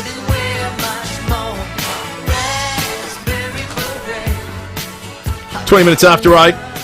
Thanks to Leader Computers, Australia's largest Australian-owned PC manufacturer based right here in Adelaide. I'm the dude, so that's what you call me, you know? That or his dudeness or duder or, El Duderino if you're not into the whole brevity thing. His dudeness has come in bearing gifts this morning. Now, I like it you've got to the point of the radio gig that we're doing props now. This is excellent. Good morning to you, dude. Good morning. Yeah, I thought I haven't been at my best the last couple of weeks, so I thought I'd bring in a cola kombucha to really get Pembo's hopes up. And so you're gonna. This is your attempt to relitigate the whole Pembo kombucha argument that we had a few weeks back. Because it was Samir in Dernancourt who fitted me up, and Luce ran out and got a bottle of kombucha from down the road, but it was a shocking, really very unpleasant one. I'm a frequent drinker of kombucha. We got them around the club, and the one that Pembo had about a month ago or 3 weeks ago was probably one of the worst you could choose for a first-time kombucha drinker. This is just straight cola, so I'm going to give you the glass now. Cola flavour, all right. I'm up for this. I like my cola. It's got a good nose. Smells a bit like Kinotto. Earthy. Yeah, okay. Oaky afterbirth. That's all right. Yeah, okay. See? I don't mind it. All right. Told you we'd be closer on that. But it's still got a vinegary taste, hasn't it? Yeah, well, that's the... I don't know, what do they call it? The healthy stuff in it? I guess it's healthy. It's this gets your gut going, doesn't it? Your gut bacteria. That's the point, as opposed to your beer gut. Yeah, it could be one of the all-time myths, kombucha. You never know. You just get told it's healthy, but it could be terrible for you. So it's no sugar or anything, is it? Yeah, it's healthy sugars or something. I don't mind it. No, I'm good. All right, yeah, doesn't you need put it. a bit of bourbon in it too. We're just trying to find a replacement for your 1.6 litres of Coca-Cola. That's the 600 mils. You're a very clean living guy, Tom. You don't drink soft drink or anything like that, do you? No. Tried I didn't use resolution when I was in year 9 actually, and tried to stop soft drink and really year 9 didn't drink it for the year, and then since then I haven't had it since. Besides when I'm mixing it with a certain liquor. What's your outside go-to? of that, pretty clean. No, just moving on to the next. I can talk footy a bit. Was that because of your desire to be a professional athlete? I was a little bit of that, yeah. Yeah, right. Yeah. Gee, that's a young age to have to make a decision about. I was a pretty what you're committed going to kid. Yeah, I was all basketball. I was basketball 7 days a week, and ice baths and all that when I was year 9. So I was pretty full on with it, and now I've just dropped off a cliff. Somehow I ended up over here in Adelaide playing footy. What happened? Where did it all go wrong? Talking to two blokes that I won't go into detail on that. But no, it was it was good. So healthy alternative is a 12, 13-year-old, 14. Do you think you'll stick with it, or is there a blowout coming when the football career's over? Maybe 1.6 litres a day when I'm doing some stuff around the house like Pemba. Is there any food you miss being an elite athlete? Like, can you get could you do like home cooked southern fried chicken and you can get still the eat tater that tots stuff. in the oven and stuff? The thing of it is, like, a lot of people think you as a elite athlete you wouldn't eat any of that stuff, but because you are an elite athlete and you're working 14, 15k a game, like on the weekend around 15k, 100% game time, it's like, well, really, I could put anything in my body after the game because I have to replenish those fats. So you can actually eat stuff, like so you eat massive cheesy pizza or... Yeah, pizza, burritos, fast food, like all that stuff you can put back in because really it's not going to damage you as much as eating that stuff and then sitting on the couch for a week. So in that sense, it's okay. But I just don't drink soft drink because I just didn't do it for a year and then decided to keep that rolling. There's a certain sound crowds make in watching Australian rules football or sport, I think, generally when there's a big collision, and it's sort of a combination of cheering and horror, and we got all that at Scott Morrison's press conference yesterday.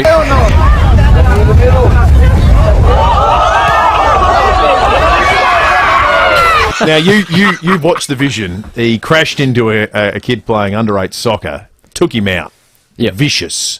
What did you make of it? Did you like his technique? I would like to see a lot more lateral movement on his toes, watch the hips, go low and really get into the kid, crunch him to the ground. Yeah. It was more of a stumble, fall, and then land on top of him, and then awkwardly hug him for like a little bit, and it was just sort of uncomfortable to watch, to be honest. I can't imagine if a tackle like that happened in AFL, it'd be regarded too well. It'd No. sort of be watched on the. I feel if he came at you that way, you'd feel fairly comfortable selling him a bit of candy. Yeah, because he looked like he may be overbalanced. You wouldn't even have to sell the candy; you just stand still when he's falling past you, and then you just look at him as you run past. I reckon. You get the impression that ScoMo's not on the kombucha, don't you? Yeah, He's I don't think you'd I know don't what it know is. how many litres of soft drink he's doing a day, but he'd put me to shame, I reckon. Probably. We should probably talk about football at some point, shouldn't we? Well, sort of. Do we Let's do football tangentially. Let's. What do you make of this whole? You're a thinking man's footballer. What do you make of this whole discussion this week about physical remonstration? Somebody in the team's getting. Dylan Shields getting picked on at Essendon, and Matthew Lloyd and others have said, where are his teammates coming and providing a bit of physical support This is to what him? Dermy called flying the flag. That's right. Dyson Heppel, the captain, came and said, what do you want to do? Give away a free kick, 50-metre penalties? The game's going bad enough. Where do you sit on this kind of thing? Yeah, I'm with Durham in the sense that, flying the flag, get around your teammates. But for something of the nature that Luke Parker did, got completely taken. Oh my God, I can't believe it's still being talked about. Yeah, it's crazy. Today. Like, that happens every game when someone doesn't, like, when they, for lack of a better term, crap their dacks and they just don't want the ball, they don't put a hard ball or something. Everyone goes at them. Like, it's simple, that's how it is. And then it's just it's almost a laugh. Like, you move on. I think Essendon, they win the next centre bounce or something and get it forward. So, like, if you're going to, like, get off the line and take Parker out because of what he did, well, one, you're going to risk giving away a free kick of 50 and a suspension, but you're also not helping your team win the game. So, yeah, get physical with them after a game. Like, if I roll off my bloke and then accidentally bump someone and it hits him head high or something, I expect the other team to come and get at me and be like, that's not good enough. But for what Parker did, like, give you a spell. It happens every game. Yeah. It's smack talk. It's just what you do. When the fire's up there and your bloody white line fever kicks in, you get it go. So I don't want to. I'm loving this conversation, but we should talk about the last few weeks because it started to feel a bit, Tom, like, are we watching a rerun of last year's season? How do we snap out of it? Yeah, well, so I didn't quite agree when I was told that. It is looking like last season in terms of the record and stuff, and then I started to see the numbers and realised that it is extremely in terms of win-loss record, the points that we've lost the last 3 games, all that sort of stuff. But I think internally we're a lot further along than what we were last year in terms of our clarity around our game plan, our roles, and the things that we've been doing. I think we've played 3 really good sides, and we've shown in patches that we can match it with them. Well, yeah, clearly the first half was good Yeah, on the weekend. yeah, first half was great. That second quarter, and right then before half time. Yeah, and then that third quarter is exactly what we're trying to avoid. So we can do it for 3 quarters. We just have to do it for 4. And unfortunately, against the teams that we've played the last couple of weeks, when you give them that little sniff, these teams, as soon as they smell blood, it's game on. It's the Melbourne, Brisbane, Carlton teams that are going to finish top 4, 5, 6 that. They showed September footy that as soon as you give anyone a sniff that you're off, they just jump on it and go. So we need to be better across the board, and 4-quarter performances is what you need to win at this level. Obviously, a bit of conjecture about whether Jordan Butts comes back this week with COVID, comes out on the day, so it's a reasonably big ask with no build-up. How do you feel about the back line going small, like you have, like you did last week? Yeah, it's interesting. I sort of before the game was a bit reluctant to go small just because of there was a chance they were going to bring in Hipwood and whatnot. Yeah. And it ended up working out well just because of our mids got pressure up the ground. We forced the sort of, we call it dirty ball, which is when it's not a shoulders out clean kick. And Mitch Hinge, Nick Murray are both competitive beasts. So they knew that all we had to do was take out the drops. Even Smithers played tall for a bit, which is a rarity for Brodie. And well, even defending's a bit of a rarity for Brodie. But no, they both got it done. And that's the thing going into this week is obviously Butsy is going to be tough to come out on from ISO and straight into the game, and we'll see if he feels up to it. But we just need to do what we did last week, which is be physical, own the drop space, and then if they start to lead up and get shoulders out, we need to own the front. So you're undersized, but there's still a chance that you can be done. Before you go, Tom, can you pass me that bottle? Because I want to take a picture of it. I like it. I'm going to buy this. This could be the fitness kick might be coming. Yeah. You're getting out jogging soon. It could be. It's good. You could be a lean, mean fighting machine It's cool. soon. I'll make a pact with myself. I'll only drink my 600ml Cokes if I'm really going hammer and tong in the garden. Otherwise, I'm going to shift to Lobros Cola. I think what we should do, we need to get David down for a weight session at the gym at West Lakes. And maybe while he's down there, he can give us a pump up, like rev up speech before the game He or can the do- training. And I then did a that few can- of them at Grange Primary School. So you can exchange the On the same trade is level a of rev intellect. up for an 8-pack. I don't know if Tom knows this. I won 2 Lightning Carnivals.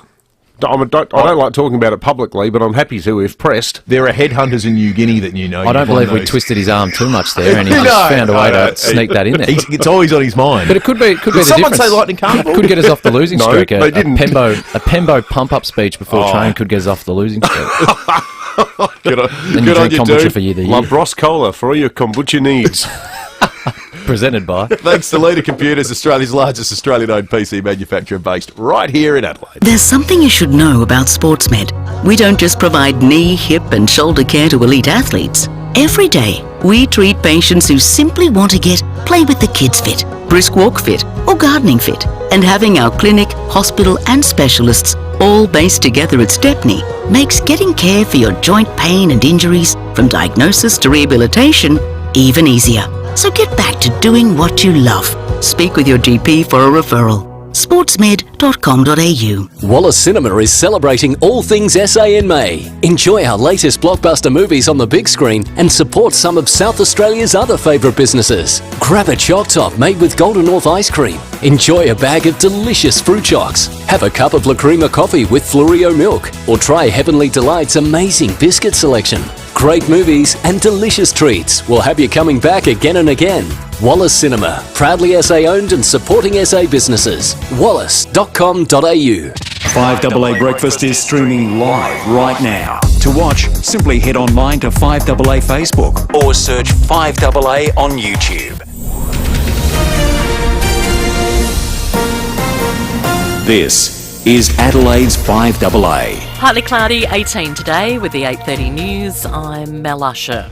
Hydrotherapy at Physio Extra Marion has individual sessions and classes claimable on private health and NDIS. A machete has been used in a hold-up in Adelaide's north. Police were called to Globe Derby Trotting Track at Globe Derby Park around 9 last night after a man robbed the hotel and fled with thousands of dollars cash. The staff members were shaken but not physically injured. The hunt for the suspect continues. And police are investigating any links between 2 ram raids in the northern suburbs overnight and others in recent days. A building supplies business on Main North Road at Jepps Cross and a recycling depot on Waterloo Corner Road at Burton were targeted. A stolen ute involved in the Burton robbery was found burnt out nearby. A Tasmanian boy says there's no bad blood between him and the Prime Minister after he was accidentally tackled on the pitch. Luca was playing soccer with Scott Morrison in Devonport yesterday when he was bowled over. His grandmother Joy captured the now viral footage. She's told Today she's glad he wasn't hurt. I could see it all. I've got it on. I could see how he was trying to protect him and, keep him from being hurt by his own body. I think it was things like that. And then Luca got up pretty well soon afterwards, so I could see he was all right. Back to the election campaign, and unemployment figures will be released later this morning. Treasurer Josh Frydenberg says the coalition has avoided an economic crisis. One thing we do know is that the unemployment rate today is at 4%, whereas Treasury feared it could be as high as 15%, and we've avoided, that really terrible impact on unemployment that we've seen in Australia at previous recessions. Penfolds wants to bypass the tariffs slapped on Australian-made wine. The SA winemaker will produce reds in China. The new products are set to hit the Chinese market in late 2022. The Bureau says the latest upgrade to its app is about helping communities better prepare for severe weather events. They've introduced push notifications. The notifications will cover 6 types of weather warnings: tropical cyclone, fire, flood, tsunami, severe thunderstorms and severe weather. A Russian tank commander has pleaded guilty to war crimes in Ukraine. Europe correspondent Carrie-Anne Greenbank has more. A 21-year-old Russian soldier has pleaded guilty to the murder of an unarmed civilian in Ukraine's first war crimes trial. A Kyiv district court hearing claims the soldier fired on a 62-year-old man a few days after the invasion began, after being ordered by another soldier to kill the civilian. If convicted, the Russian soldier could face life in prison. This case holds significant symbolic value, with the Ukrainian government saying it's now identified more than 10,000 possible war crimes. Now turning to 5AA Sport. Gliderol Garage Doors new Platinum and Native Series sectional doors are here. Gliderol.com.au. And with everything footy, and particularly the Crows, here's Tom Wren. Yes, thank you, Mel. That's because we just heard from Adelaide defender Tom Duday, who's confident the side has made a lot of progress despite a 3-game losing streak. The Crows are currently sitting 14th, with some critics suggesting the season is looking very similar to last season, where the team ended up with only 7 wins for the year. But Duday's told David and Will things are improving. I think internally we're a lot further along than what we were last year in terms of our clarity around our game plan, our roles, and the things that we've been doing. I think we've played 3 really good sides, and we've shown in patches that we can match it with them. The sides for the Crows and Power will be released a little later this afternoon. Meantime, Power coach Ken Hinkley is set to address the media shortly. Adelaide United has played out a 0-0 draw with Melbourne City in the first leg of their semi-final tie at Coopers Stadium overnight. Meantime, heartbreak for Scottish side Rangers after they went down in penalties to German side Eintracht Frankfurt in the Europa League final. Aussie swimmer Shona Jack has capped off a remarkable return to the pool by qualifying for the Australian squad for this year's Commonwealth Games. Jack's drug ban forced her to miss the 2020 Tokyo Olympics. She says it's been an emotional roller coaster to get where she is. Yeah, look, you're going to make me cry again. It's just one of those moments that I really wanted, and to be able to do that with Molly, and she's so an amazing time, and to come away with a PB like that, for me, I'm just so proud of myself, and thank you to everybody who supported me to get back to here. And South Aussie Thanasi Kokonakis is through to the quarter-finals of the Geneva Open after an impressive 3-set win against 7th seed Federico Del Bonis at the Geneva Open. And that's the 5AA Sport. Now checking 5AA traffic. Win your slice of paradise at Henley Beach, worth $4 million with the Hospital Research Foundation Home Lottery. At Linden Park, smash on Torrens Road at Portrush Road. Ridley's another collision there, Blight Street and Hawker Street. Albert Park, traffic lights playing up on West Lakes Boulevard near Clark Terrace, and Tatachilla, works causing delays in both directions on Main South Road near Malpas Road, speeds at 40 k's. Cameras today, Barnes Road, Glend, and Gage Road at Firle. Adelaide Central Markets is open. Shop every Tuesday till Saturday. Open late Friday night with cheap eats, live music and more. Make your day a market day. Your local Adelaide Central Market. Adelaide's most accurate traffic on 5AA. Now the 5AA forecast. Need a new mattress? Save big dollars and buy direct from the manufacturer. Elite Bedding, South Road, Edwardstown. 18 today, partly cloudy. 18 tomorrow, partly cloudy. Then up to 20 and mostly sunny on Saturday. Right now it's 11 degrees. More news as it happens on 5AA. Introducing the Wheels Car of the Year, the fully electric Kia EV6. Leading the charge with over 500 kilometres of driving range, newfound levels of technology, performance, build quality, refinement and luxury. The judges were unanimous. The Kia EV6, Wheels Car of the Year. To find out more, visit kia.com.au. Kia. Movement that inspires. Hi, Rodney Jane here. When it comes to tyres and wheels, Bob Jane T-Marts looks after you in more ways than one. Buy 3, get 1 free, and up to $100 instant cashback on a great selection of top tyre brands including Bridgestone, Yokohama, Dunlop, Michelin, Goodyear and J-Trax. Buy 4 Monster wheels and off-road tyres and enter to win an OzTrack camper trailer. Plus over 2Ks of extras from HEMA and GME. We'll look after you. T's and C's apply. SA permit number T22367. Now, this is a serious issue for some women. Is the need to go to the toilet all the time making your life miserable? Do you sometimes feel like your entire day revolves around your bladder? If this sounds like you, Caruso's Wee Less may help. Caruso's Wee Less is a therapeutic bladder health supplement with a unique blend of herbs and magnesium. Helps relieve the annoying and inconvenient feeling that you need to go to the bathroom too often. It also supports bladder health and function and helps reduce the urinary incontinence and urgency associated with a medically diagnosed overactive bladder. So if you want help to control the urge and regain your bladder confidence, try Caruso's Wee Less today. It's made in Australia, it comes with a money-back guarantee and is available from leading pharmacies and health food stores. Always read the label and follow the directions for use. If symptoms persist, see your health professional. I'm Henry. When I caught COVID, I didn't expect the exhaustion and fatigue that followed. Even though I was young, healthy and double vaxxed, my lungs still struggle to breathe. Double vaxxed isn't fully vaxxed. Book your 3rd COVID shot now. A message from the Government of South Australia. Statewide Super is now Host Plus, an industry super fund for all Australians. That's a plus. You're listening to 5AA Breakfast. David Penberthy and Will Goodings.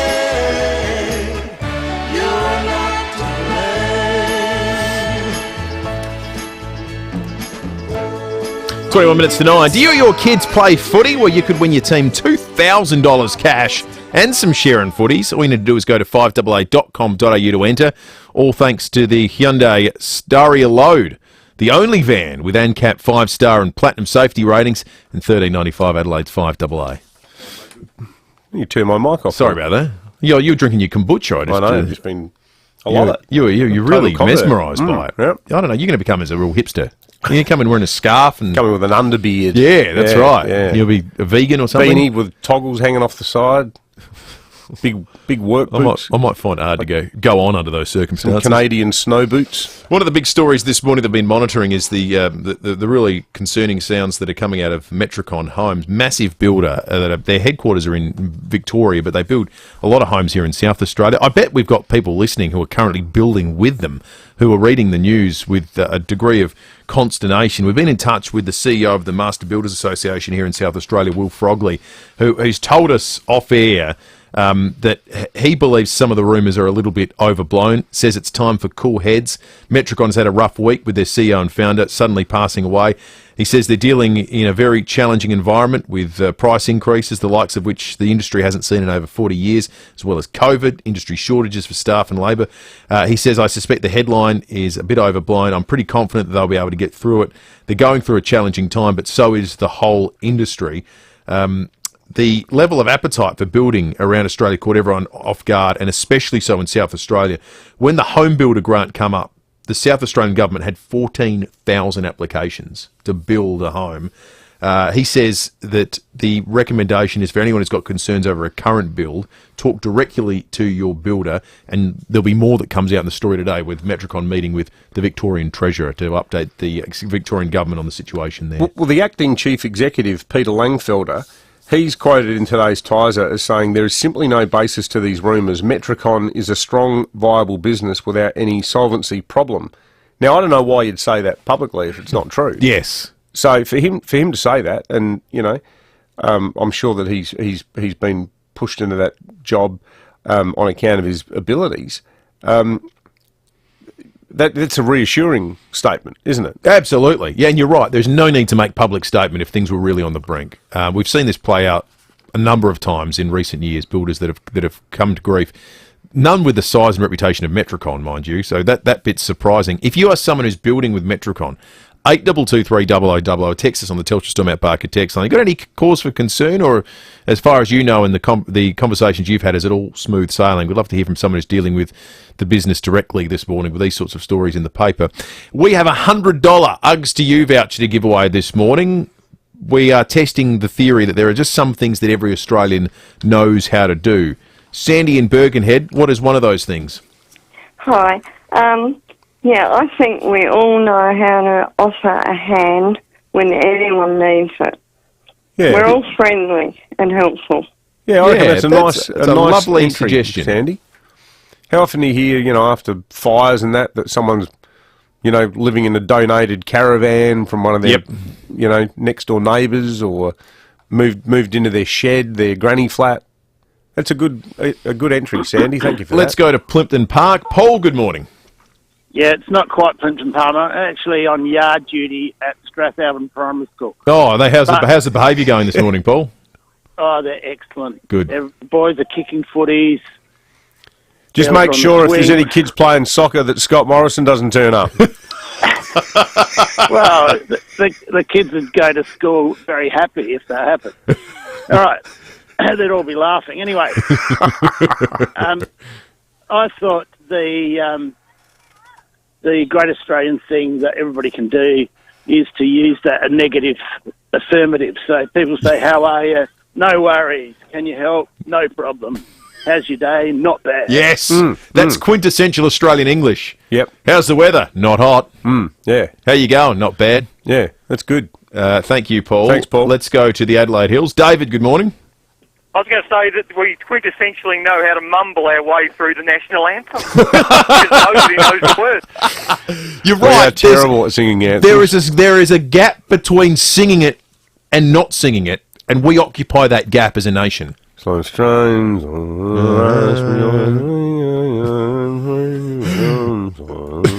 Let's go to North Haven. Rose, good morning. Good morning. Yeah, I think we all know how to drink. That we do, Rose. Yeah, that's a good one, Rose. I like that. Glenunga is where we find Scott. Morning to you, Scott. Good morning, boys. I've got two, one for every Australian and one more specifically for every South Aussie. Mm-hmm. So for every Australian, we know how to spill a meat pie and sauce down our freshly laundered shirts. Yep. And for South Australia, we know how to make homemade iced coffee with a scoop of Golden North ice cream. Oh, yeah. Yeah, that's good. Yeah, a good homemade iced coffee is a good thing. Marion, the Bickford's Essence is good. Marion Prospect, good morning. Good morning, gentlemen. I think a lot of the Australians are very good at dodging those people that are collecting on the corners, you know. Oh, yeah, pretending they didn't see them. Yeah, that's right. Yeah. Is that an Australian thing, or is that just I hate to think that's just an Australian thing. Yeah, I think that other people would do that as well. Yeah. I like Sandy's one. Okay. Yeah, helping out. All right. Sandy, you got a $100 Uggs to you voucher coming your way. Do you want to read a couple of texts too, just to round this out? Because we've got a lot of those coming through on the Telstra Storm Barker text line. Hi, guys. Australians have an uncanny ability to bet on anything. Yeah. And also to turn any game, be it a board game, a sports game, or a card game, into a drinking game. The betting thing, certainly. Yes. Well, I've never got that. You're not a betting guy, are you? No. It's the one vice I've avoided. It's, I just think, what's the point? It just seems utterly pointless. I'm not going to make a full-throated defence of gambling on the program if that's what you're after. Where's Tommy Red? You looked at me. You looked at me like, well, come on, sunshine. Tell everyone how good gambling is. Hey, one here from Sharon in Hallett Cove. Every Australian knows the correct amount of Vegemite to put on toast. Yeah, just a smear. You don't overcook it. Yeah, I like loading it up a bit. No.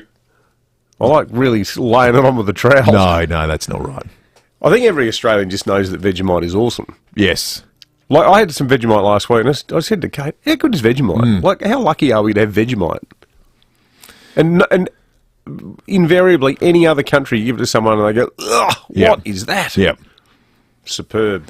13 minutes to 9. Let's check traffic. Behind closed doors is not too far away. Win your slice of paradise at Henley Beach worth $4 million with the Hospital Research Foundation Home Lottery. Thanks, Will. At Linden Park, smash on Torrens Road at Portrush Road. Ridleyton, collision on Blight Street at Hawker Street.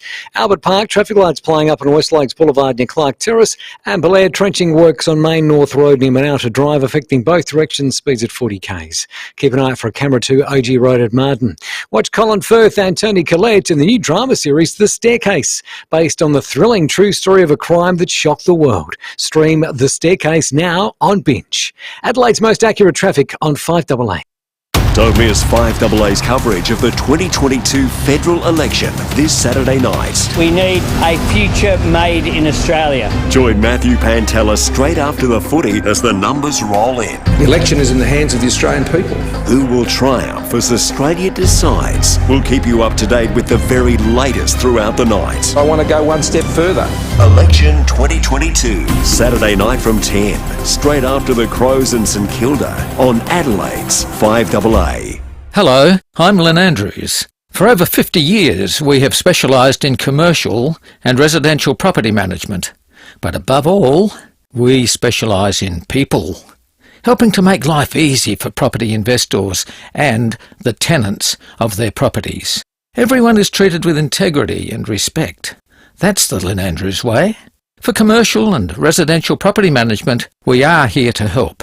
Visit lynandrews.com.au. Would you like to bank $500,000? You could do just that if you get your tickets early in the Hospital Research Foundation Home Lottery.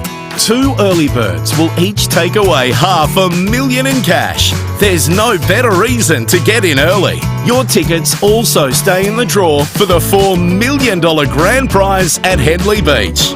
Join the fight and buy your tickets at homelottery.com.au. Licence M14166. Hello, I'm Susie Ellman, broadcaster and a Connect Hearing client and ambassador, and I'm asking the team what they think makes Connect Hearing so special. We listen to our clients and take the time to help you understand your hearing loss, so you get what you need, exactly tailored to your lifestyle. That's gold, and that's why Connect Hearing's been awarded gold from FIVEaa for consistent high-quality service. For gold service audiology, book your free consult at connecthearing.com.au. Whether you live south of or near the city, when it comes to driving a new Mitsubishi, you have two clear standouts: Wayville Mitsubishi on Goodwood Road and Southern Mitsubishi on South Road. The only thing separating these incredible teams is location. Both share the same passion for excellence in customer service and customer satisfaction. When it comes to a new Mitsi, the choice is clear. Wayville Mitsubishi on Goodwood Road and Southern Mitsubishi on South Road, both driven by Australian Motors. LVD 80. With an average return of 9.25% per annum for the past 37 years, it's good to know Cbus are making your money work as hard as you. Is that for shift workers, factory workers, builders and mechanics? Yep, anyone who does hard work. Cbus Super, making hard work pay off. To consider if Cbus is right for you, go to cbussuper.com.au for a PDS and TMD. Past performance is not a reliable indicator of future performance. 9 News has the experience to break the news. Made in Adelaide for Adelaide. 9 News.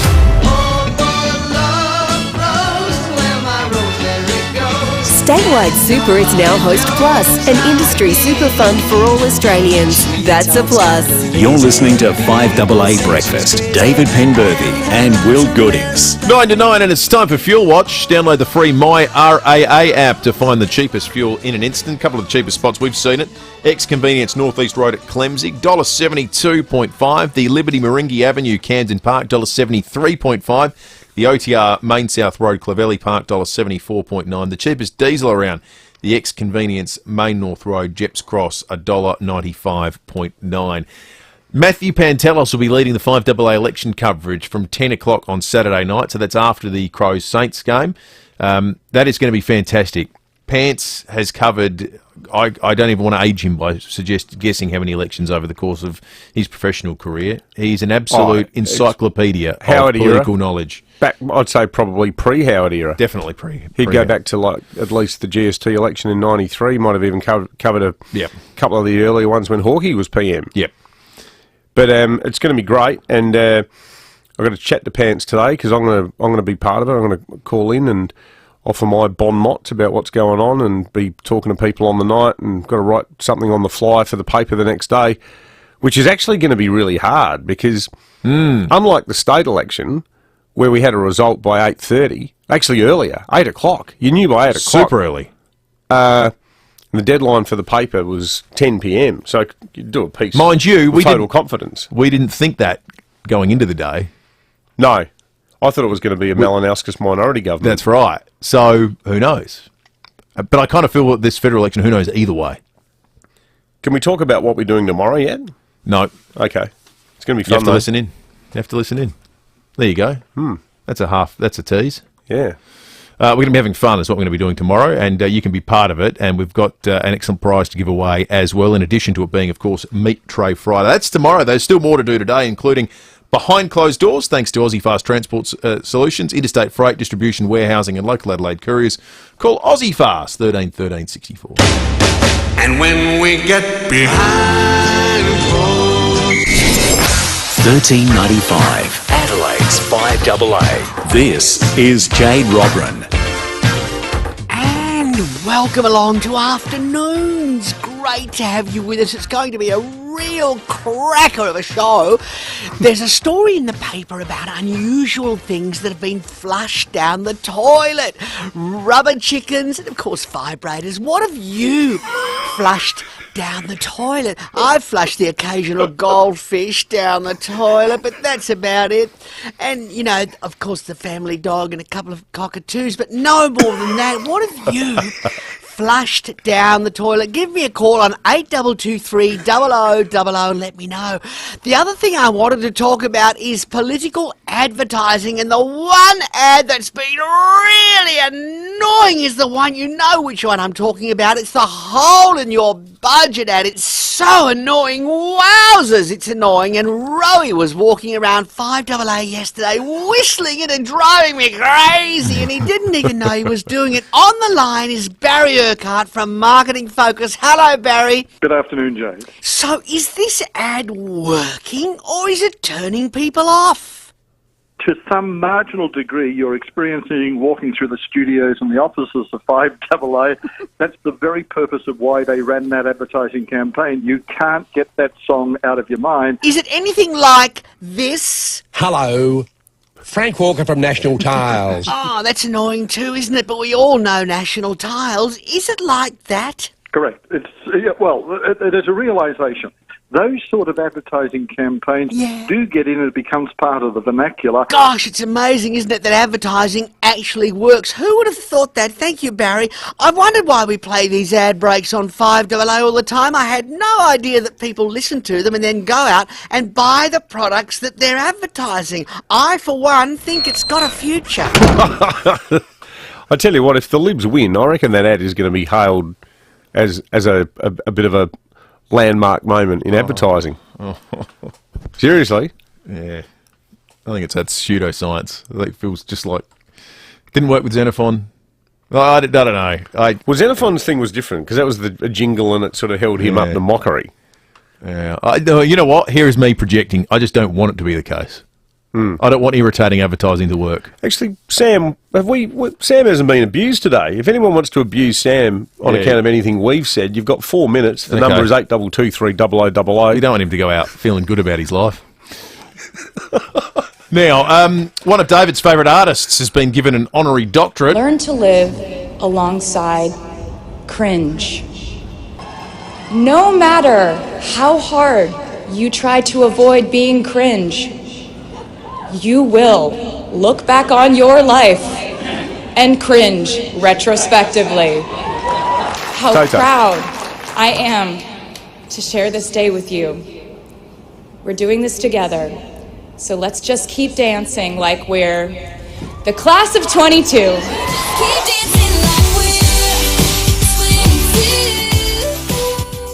Good song. She was given the chance to speak to the graduating class at NYU and was presented her honorary doctorate of fine arts, and she spoke about her best life hacks for being an adult, which I think is just the contemporary word for tips, because tips isn't cool anymore. Yeah, life hacks. Life hacks. Yeah.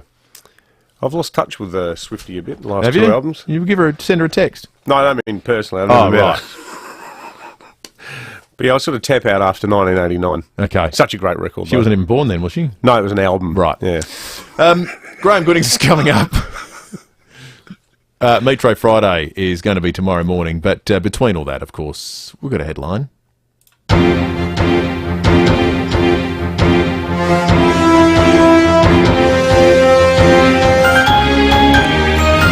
Coalition down to 10 men as ScoMo sin-binned. That is the funniest thing I've ever seen. Seriously. And Lucy makes the excellent point that Taylor Swift was born in 1989, hence the name of the album. Yeah, of course. So, of course. Yeah, there you go. So that's my, I suppose, my full suite of Taylor Swift knowledge. So stick around, folks. We've got the Gigi coming up.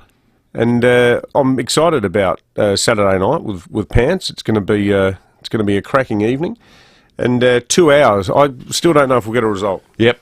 Well, we'll wait and see. We might even mean a little bit more tomorrow morning when we'll catch you from 6 o'clock. Peaceful living awaits at the 19th at West, with golf course views, tree-lined walking trails, and a new cafe and retail shopping precinct. The best of